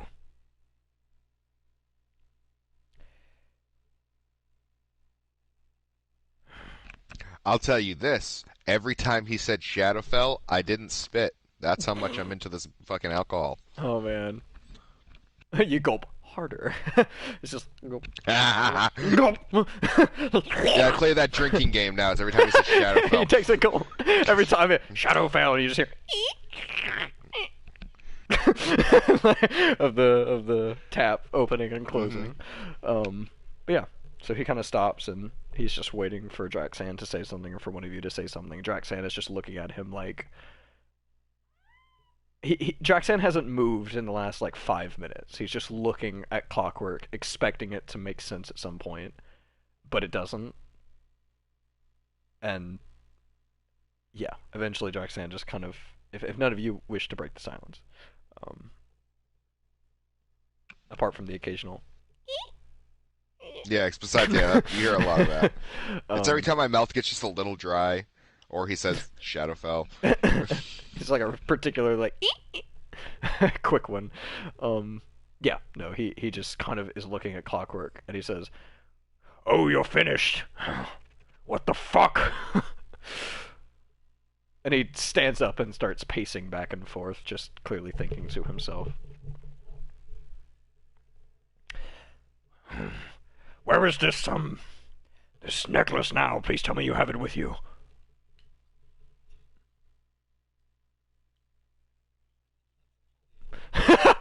He I kind of write, stops and looks at I you write like, "Oh." ha, ha, ha on the paper.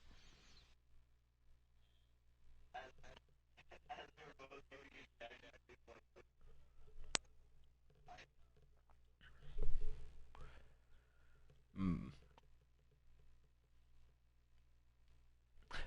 You point over at Tarathiel and you see that Rhiannon isn't crying anymore. She's just kind of sat, hunched over Tarathiel, and she's clearly like listening to what's going on, but she's not. She's kind of got this very angry, kind of I don't know, sullen expression on her face. Just kind of like almost like side eyeing you guys and then listening to whatever the fuck Clockwork's talking about. Um, so you see that when you point at her. Um, Clockwork looks over and kind of does a double take. He looks at Tarathiel and her, and then it's just like keeps looking at her and then looks back at you guys. Um, yeah, Clockwork says,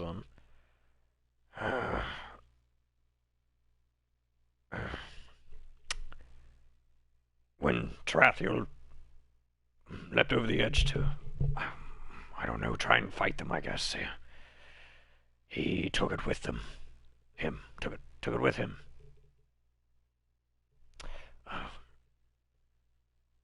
Kazar, did you say that you saw Stone's imposter taking it, or?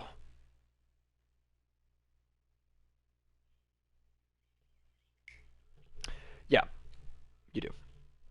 Specifically, what you saw, just in case you want to say it, is Tretho got stabbed. He fell on his knees, grabbed the sword. You saw a green flash. He fell over on the side. Stone leant down and picked up the necklace. And then they, yeah, carnage ensued.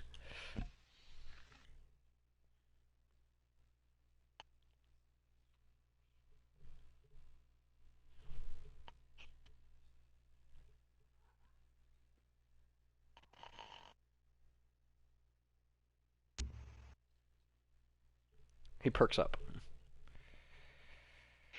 Jackson kind of like, and he kind of goes back to pacing back and forth, and you can tell Clockwork was lingering on the green flash bit, and he kind of looks at you and kind of like almost like open mouth and just like, a green flash, you say?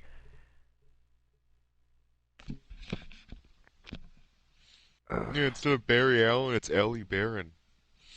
He's the Green Flash. I was like, what the fuck does that mean? Oh, okay. Well, yeah. No, he's very obviously pondering this. So he kind of like pulls out a notebook and is flipping through it. Draxan, while he's doing that, Draxan kind of stops pacing. As a slumling, we'll say, enters the room like a slum. Kind of the closest you seem to people dressed as guards in the slums. There isn't like a uniform outfit. Um, Oh, I imagined a child from the slums. A little slumling. there are a bunch of them, but no, this is more like a guard or maybe a scout. You think? Um, he comes up and whispers something to Draxan. Um, Draxan pauses to think about this. And then he addresses you guys. He looks to you and says, "It seems as if Imposter Stone is assembling his Thieves Guild troops in the north and the south of the city. Um, just I guess to catch you up. So far there haven't been any attacks on the slum, but it feels like you could just about cut the air with the knife right now. So I'd say some sort of attack is imminent." I hold up a thumbs up.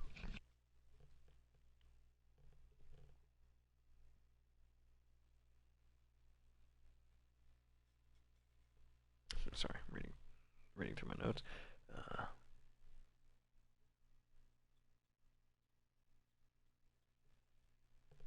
Yeah, so as I look for more necklaces to eat. No. and then regurgitate. Yeah, no, Sloan kind of looks back at Clockwork, who's doing something in his notebook. He's kind of jotting things down, flipping back pages. No, and connecting some sort of dots. And Draxia just kind of looks back to you guys like, well, apart from all of that, which made no sense to me, we, on our end, we're doing the best we can to evacuate people from the city, but we can only take small groups, one at a time. We're having to usher them through the swamp, which is incredibly dangerous, as you know. So that's going very, very slowly.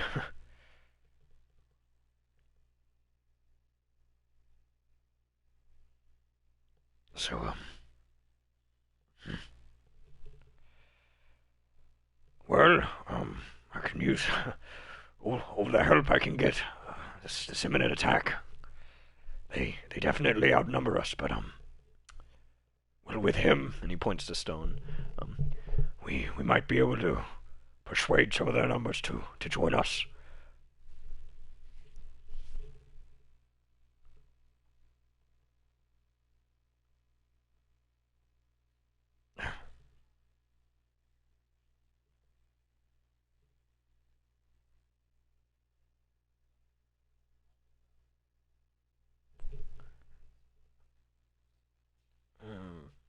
He just kind of looks at you like, well, she's not wrong. Like he's gonna contest. And he's just like, no.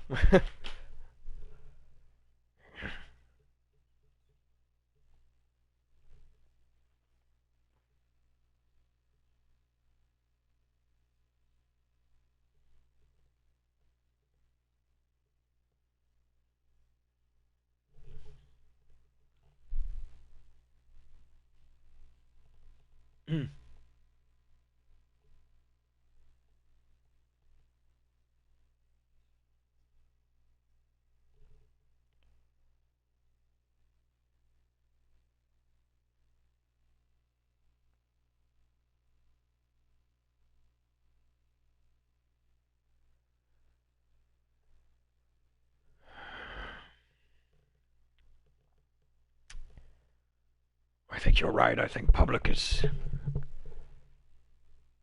probably the way to go. But there's no way that he'll allow for a mass gathering to occur.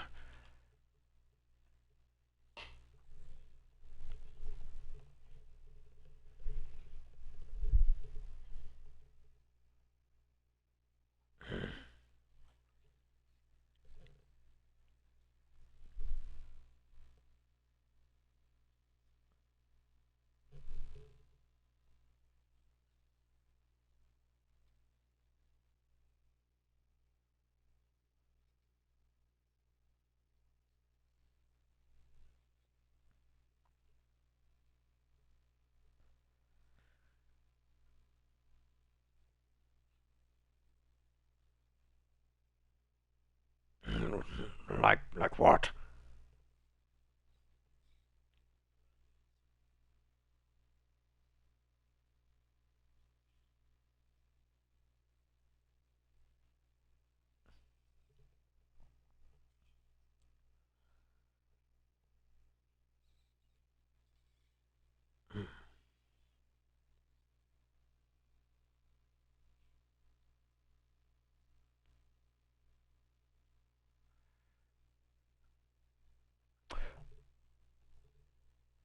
Mm.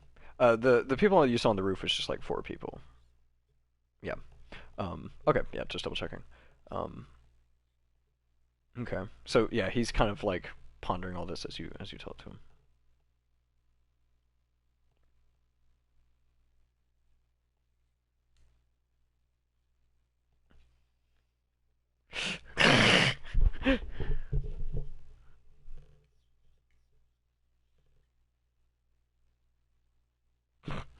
Ed, Ed starts like kind of the best he can do to chuckle. It's kind of like a.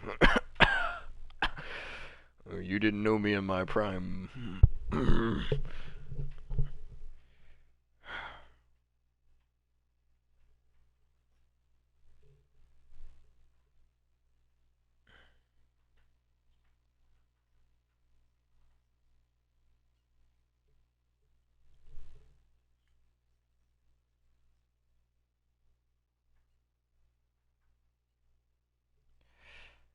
Well, this could prove troublesome.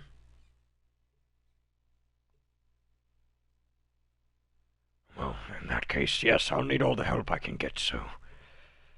Yeah. Um, Kind of at this moment,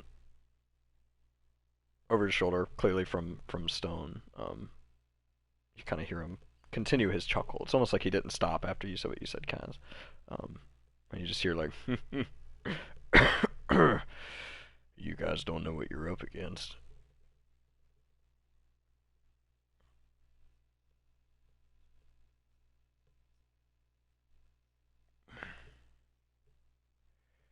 Well,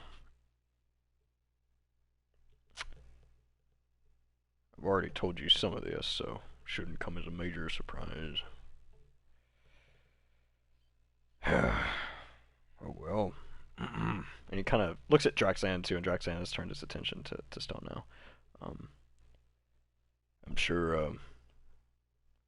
Well, you weren't here at the time, Kazara, but our esteemed Shlum Lord here probably remembers uh, when we were trying to seize control of this city not too long ago.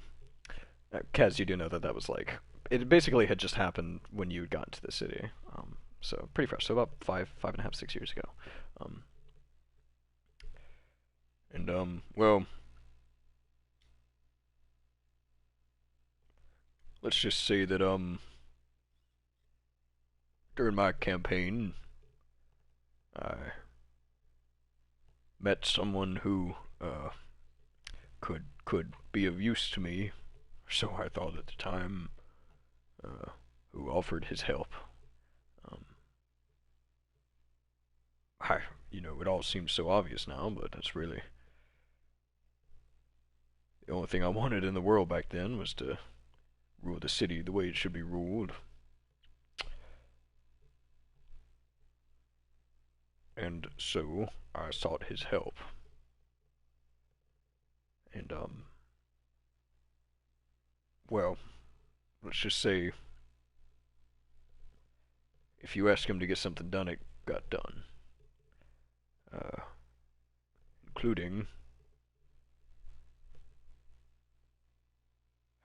and he kind of hangs his head, very very hesitant, and Jackson looks at him, spit it out. And he kind of takes a moment, gathers his thoughts, and raises his head again. When all the guilds came together and selected me as their representative to go into the sector and gather the keys to the city from the council there. Well, let's just say that they had not exactly resigned control over to us yet. So I struck a deal with this being, whoever he really is. Um, and, well, I watched as he killed them all.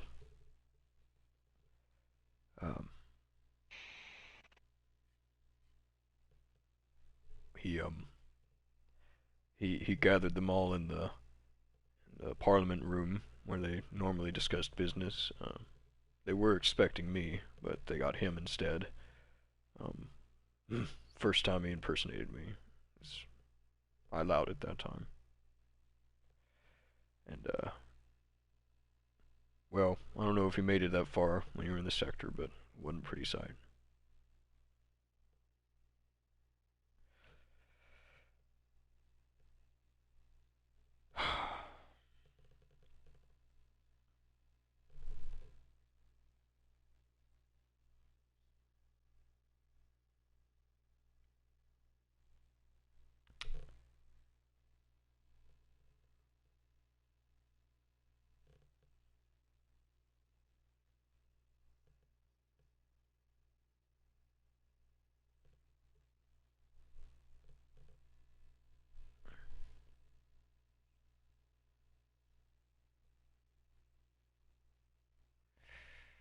He's probably capable of worse. Um, I don't know much about his plot with whatever the stone is. I remember him having it with him when I met him. Looked familiar at the time. I know now why. And he kind of glances over to Tarathiel. Um, and back at you guys.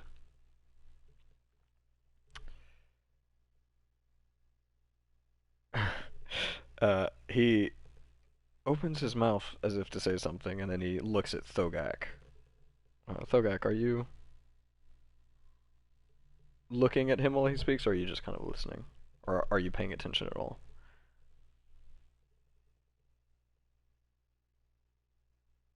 Kelsey?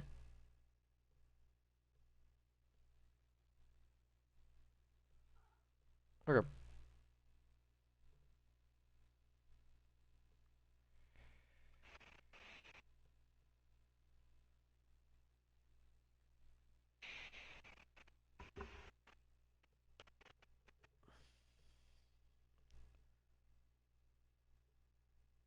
Kelsey, do I hear you breathing?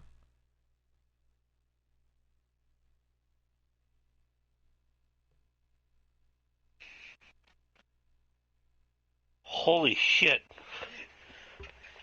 I was listening, Welcome back. and I was following, and now I'm all, like, tingly, and I'm awake. Oh, Lord. I didn't even realize I was tired. We'll be wrapping up. It won't be I'm too long. awake now. Alright. No, I'm fine. Um, I'm fine. okay. We're good. Okay. Well, I Okay. mean, still, we'll probably be ending. Yeah. I imagine it'll be Okay. about normal time, probably 2, 10, 15. Okay. But, yeah, Sorry so, about that. so where did we lose you? Um, I was, Thilgag was just kind of listening to, them jabber back and forth. Let's see.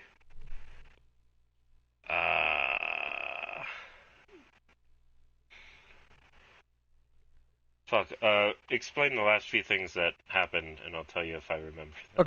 Okay. Basically, Stone sought out this being, approached him, whoever it is, with offering help to help him take the city from the government that ran it before the Thieves Oh, Guild did, okay. in the Yeah. slums. And he helped him up until the point that he basically killed this mysterious being, killed the government that presided over it, and kind of helped Sloane really solidify the control of the city. Um, he the big question is, are you like looking at him as he talks, or Um, Thilgag would not be, no. okay? Um, He'd be like, this point, drinking, mm, maybe laying back, okay. probably set, do I still have her with me, or... It depends where you. I imagined you weren't like, unless you want to still be like holding her. Yeah, I mean, if you're leaning back, you're probably leaning back on like a long table, so you could probably Yeah. sit around that, Okay, kind of yeah. next to I'll just Tarathiel, set or her like above down. Tarathiel. Yeah. Okay. Because there's not much I can really do, Yeah. like, with her right now, so I'm just gonna set her Okay. down. But, no, I'm not looking at him. Okay. Well then, Kaz, are you? Ren, you're still curled up with a cask of ale, so you're probably not. Yeah, no, no, Okay. no, no. Um, Kaz, so are you looking at Stone? You just addressed him, so yeah, I figured you were. Yeah, so you see him kind of open his mouth as if to continue, and then he looks at Thogak, specifically at Thogak, and then he stops.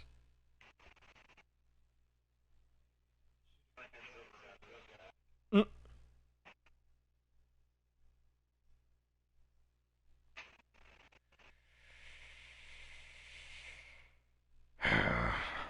Very well. The well, we'll just say it was all that whole relationship kind of went downhill from there. It became clear very quickly that this person uh, was now trying to use me for things. And hell, I went along with it for a while simply because he gave me what I wanted. And, but eventually it started getting. I could feel that I wasn't in control anymore.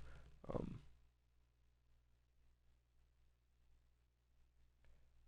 and I think he sensed that too. And the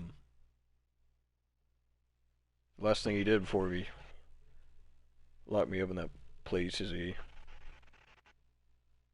approached me with a mission to to kidnap her.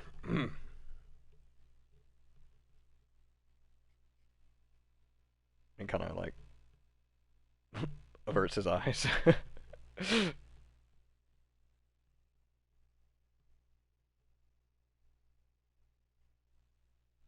then he Kidnap raises them. who? uh, her, and kind of nods at Evelyn.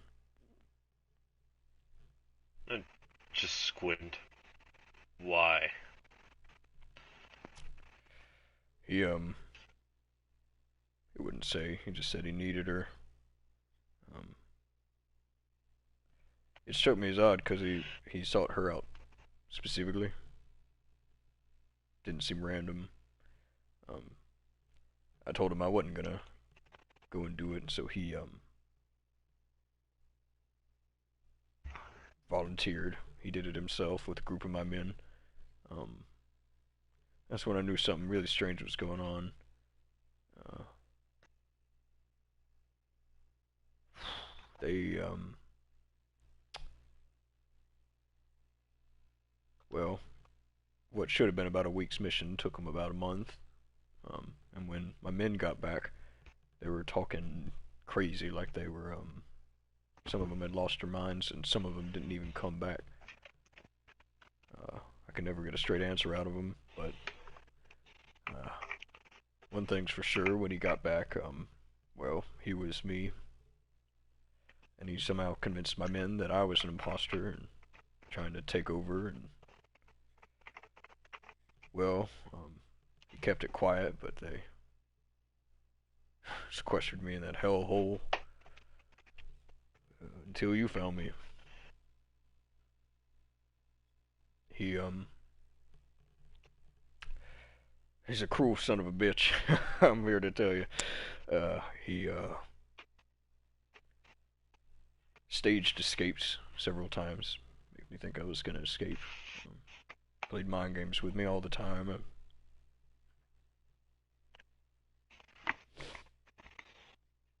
He kind of starts like rubbing the insides of his arms and like kind of hiding them from you, as it were. Um, like moving the leather, because he's still got like the thieves' good armor you guys gave him. That you gave him, and he kind of like moves the pauldrons or the bracers and stops talking. Hell, even his lip starts to quiver a little bit.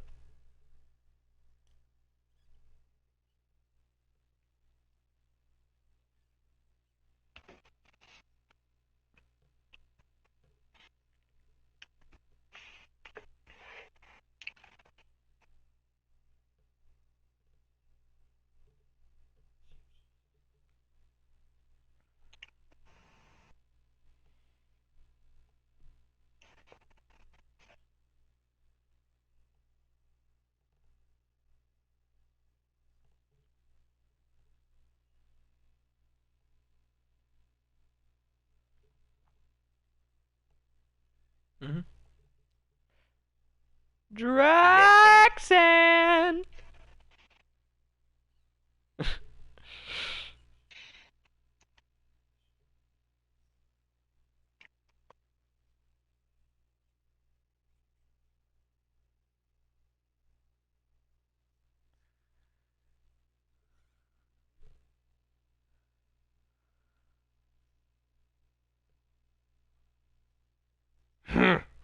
A good one. I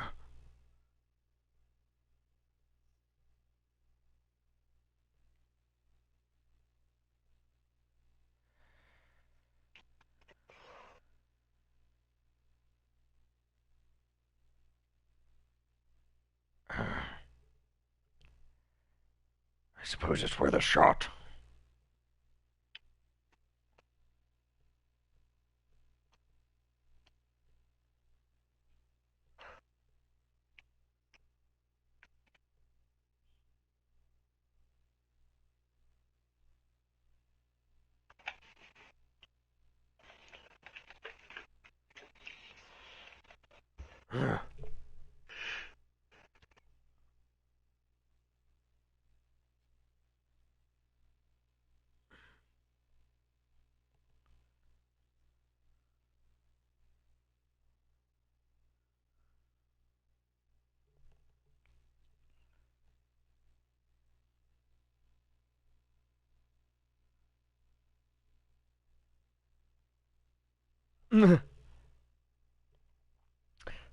For the first time in a while, you actually hear clockwork over your shoulder.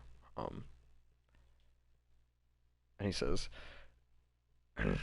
"How exactly do we know that's gonna work?"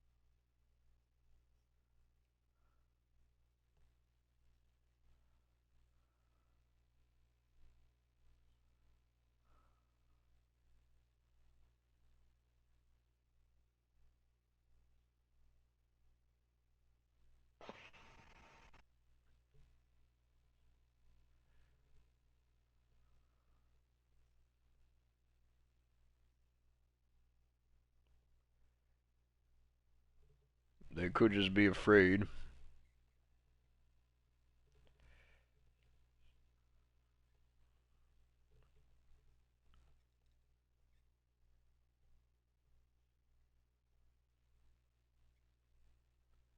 Well, it worked for me. It's it's in the kind of city you rule by. Good leadership. And you see like Draxan kind of like very audibly visibly like um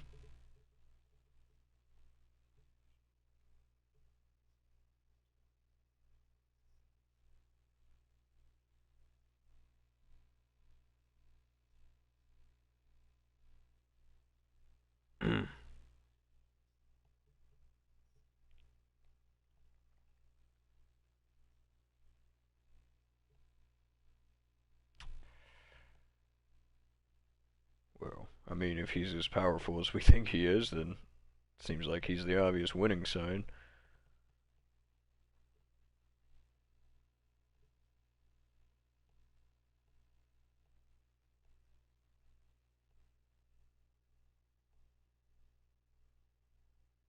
Well,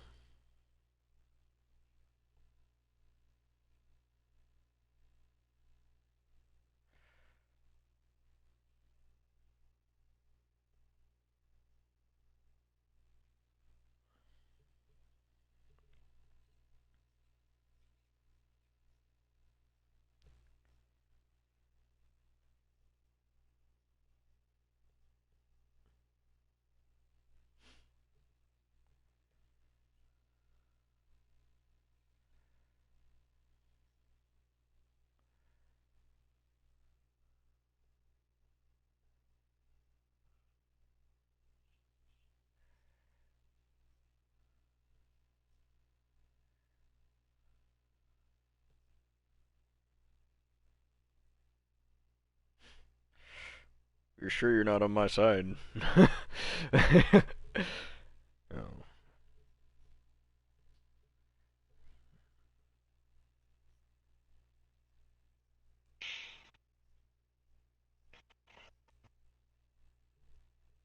well, shit, maybe it'll work.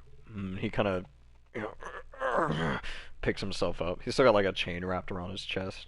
The like long link of chain that he had on his ankle, and he kind of limps over to you and he extends a hand, like a very bony, gross hand, and just says, "Your enemy or my enemy."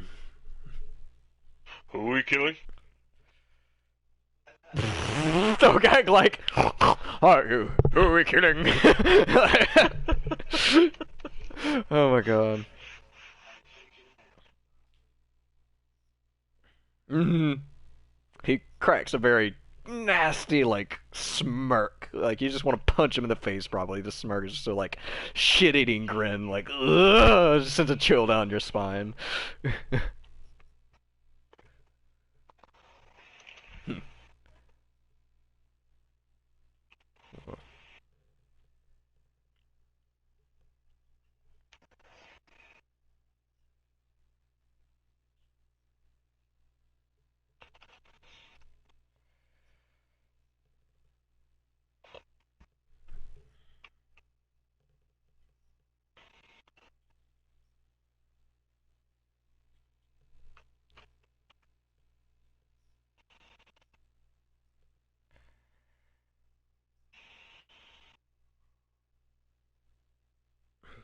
Stone does not look happy at that, but he kind of glances over. No, he really doesn't. Like he's just like, "Ugh," you know, he's not even looking at you, and he just kind of like looks over at Draxan, who's sitting in his chair, and you notice when he looks at Draxan, Draxan kind of like sinks into that classic like king sitting in their throne, like not like you know upright or anything. He's kind of slouching over. He's really like playing the throne right now, you know, and he's just looking at Stone, and Stone's just like. Fine.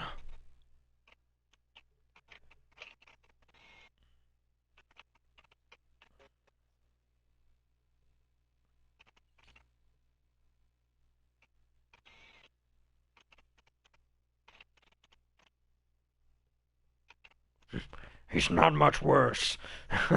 He just looks at Stone, like, staring, like, holes in the back of his head. uh,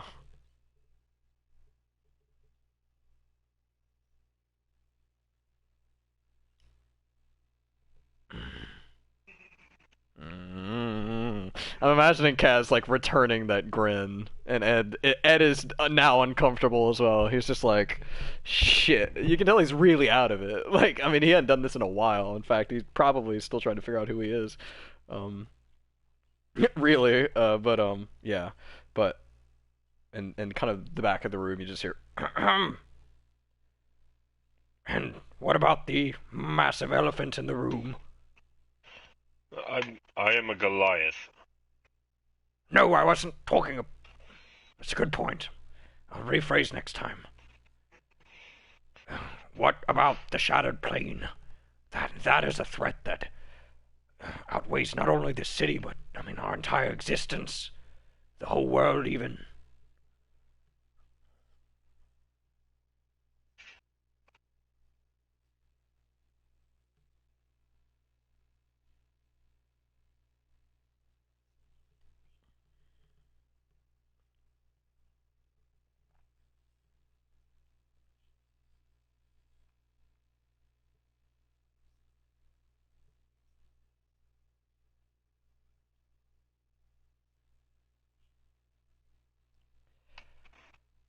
Oh, it's not necessarily true. It'll always be there.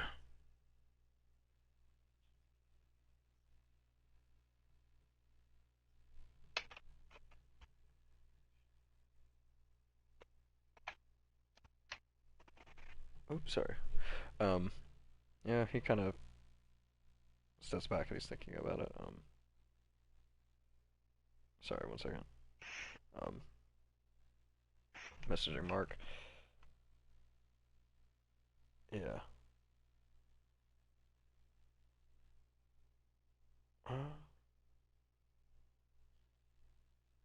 Mark, are you here?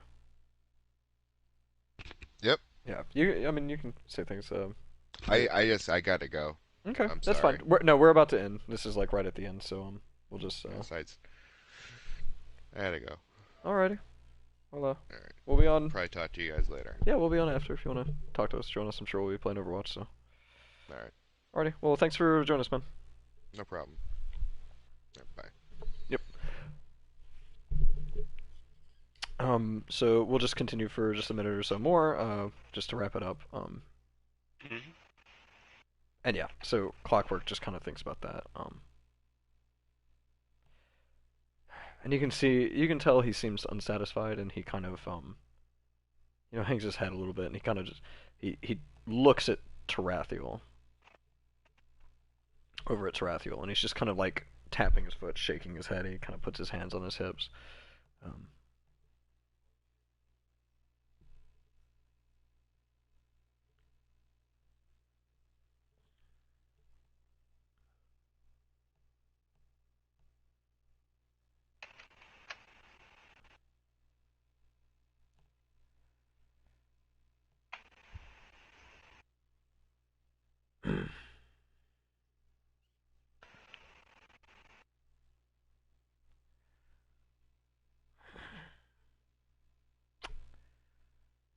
well,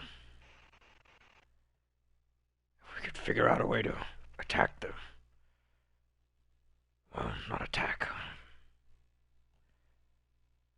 sever his connection with the shattered plane. I mean, we could take away all of his abilities, assuming he's getting them from Cillian somehow.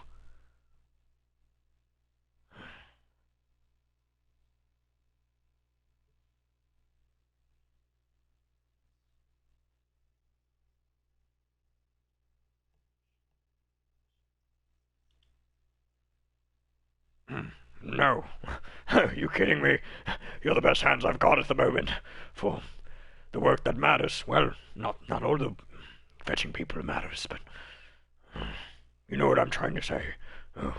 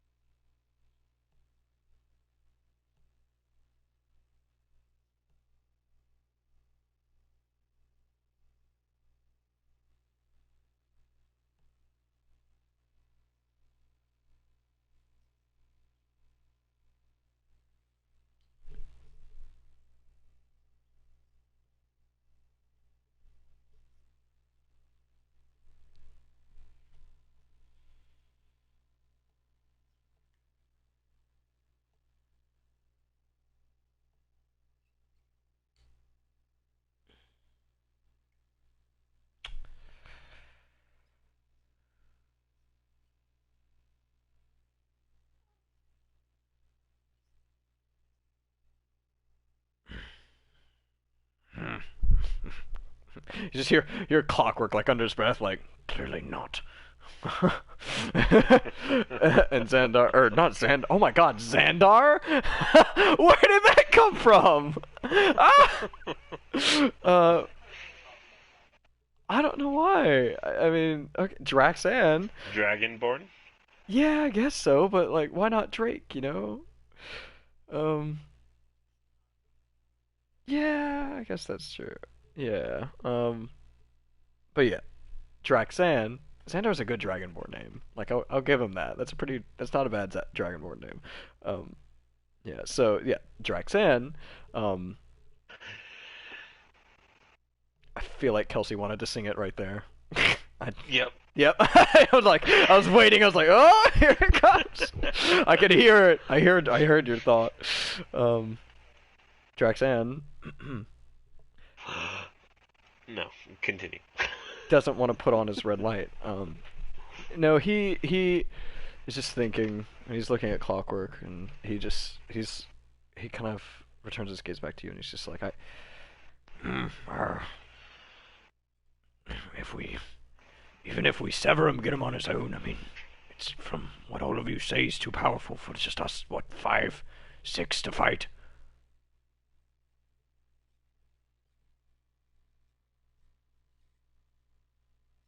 Did okay.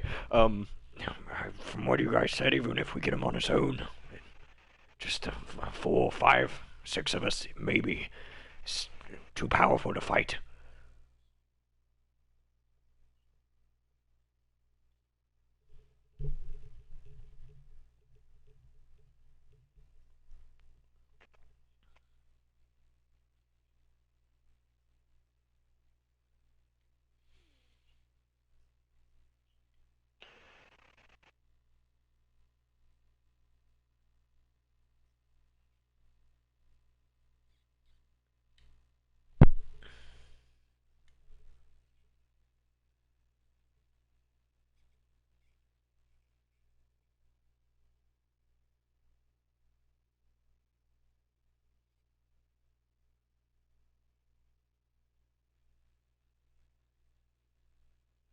Does Draxan know? Well, I guess Clockwork probably covered that.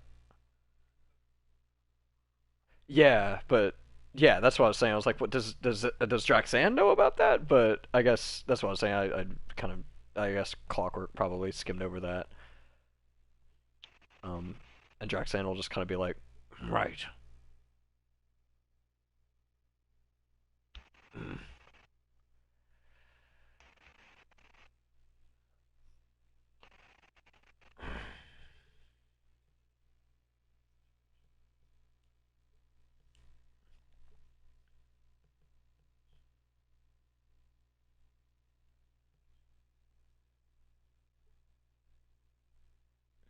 Well,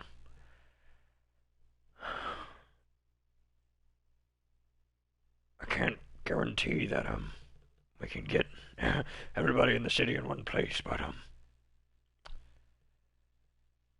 sure it wouldn't be too hard to lure him out into the open with a large force of troops, so we'd have at least them and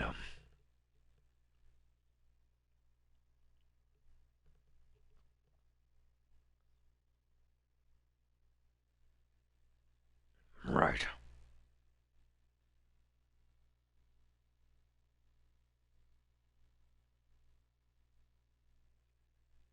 Um,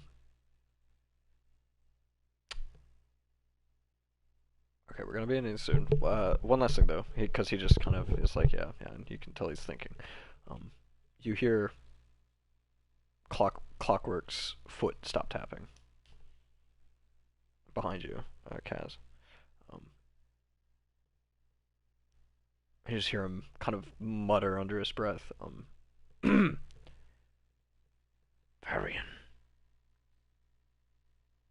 Kazara. And you can tell he's waiting for you. That he was addressing you with that last one. Sorry. Okay. How open is your communication with this being that lives inside of you?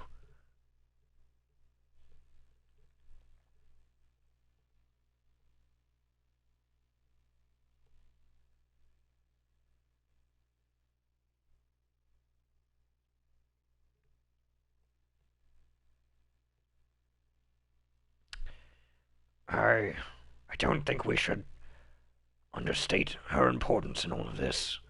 After all, she was his essentially his main tool in securing the power that he did back in his prime. Might I pull you aside soon, and maybe we could attempt to gather some information from her. All right. Do you need me to interrogate someone?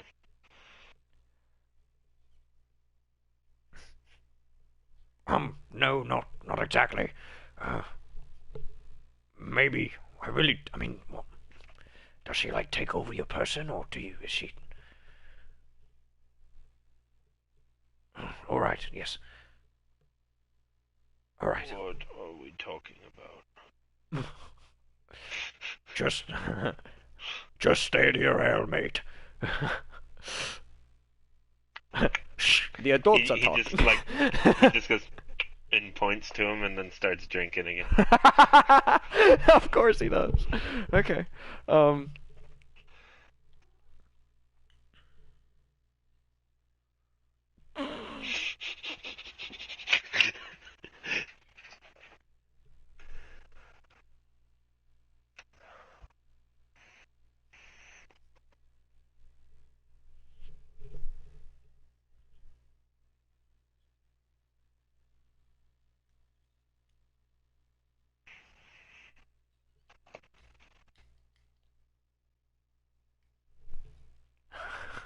Got it. Fuck yeah. Just point me and wind me up and point me in a direction. Like a little drummer boy with an axe. Yep. I go to like toast my keg against with Rin. Rin, but like he's just like It's like suckling laying there on passed an out, ale teat. essentially. Is what he's doing. Like. Mm. Just All right. Well.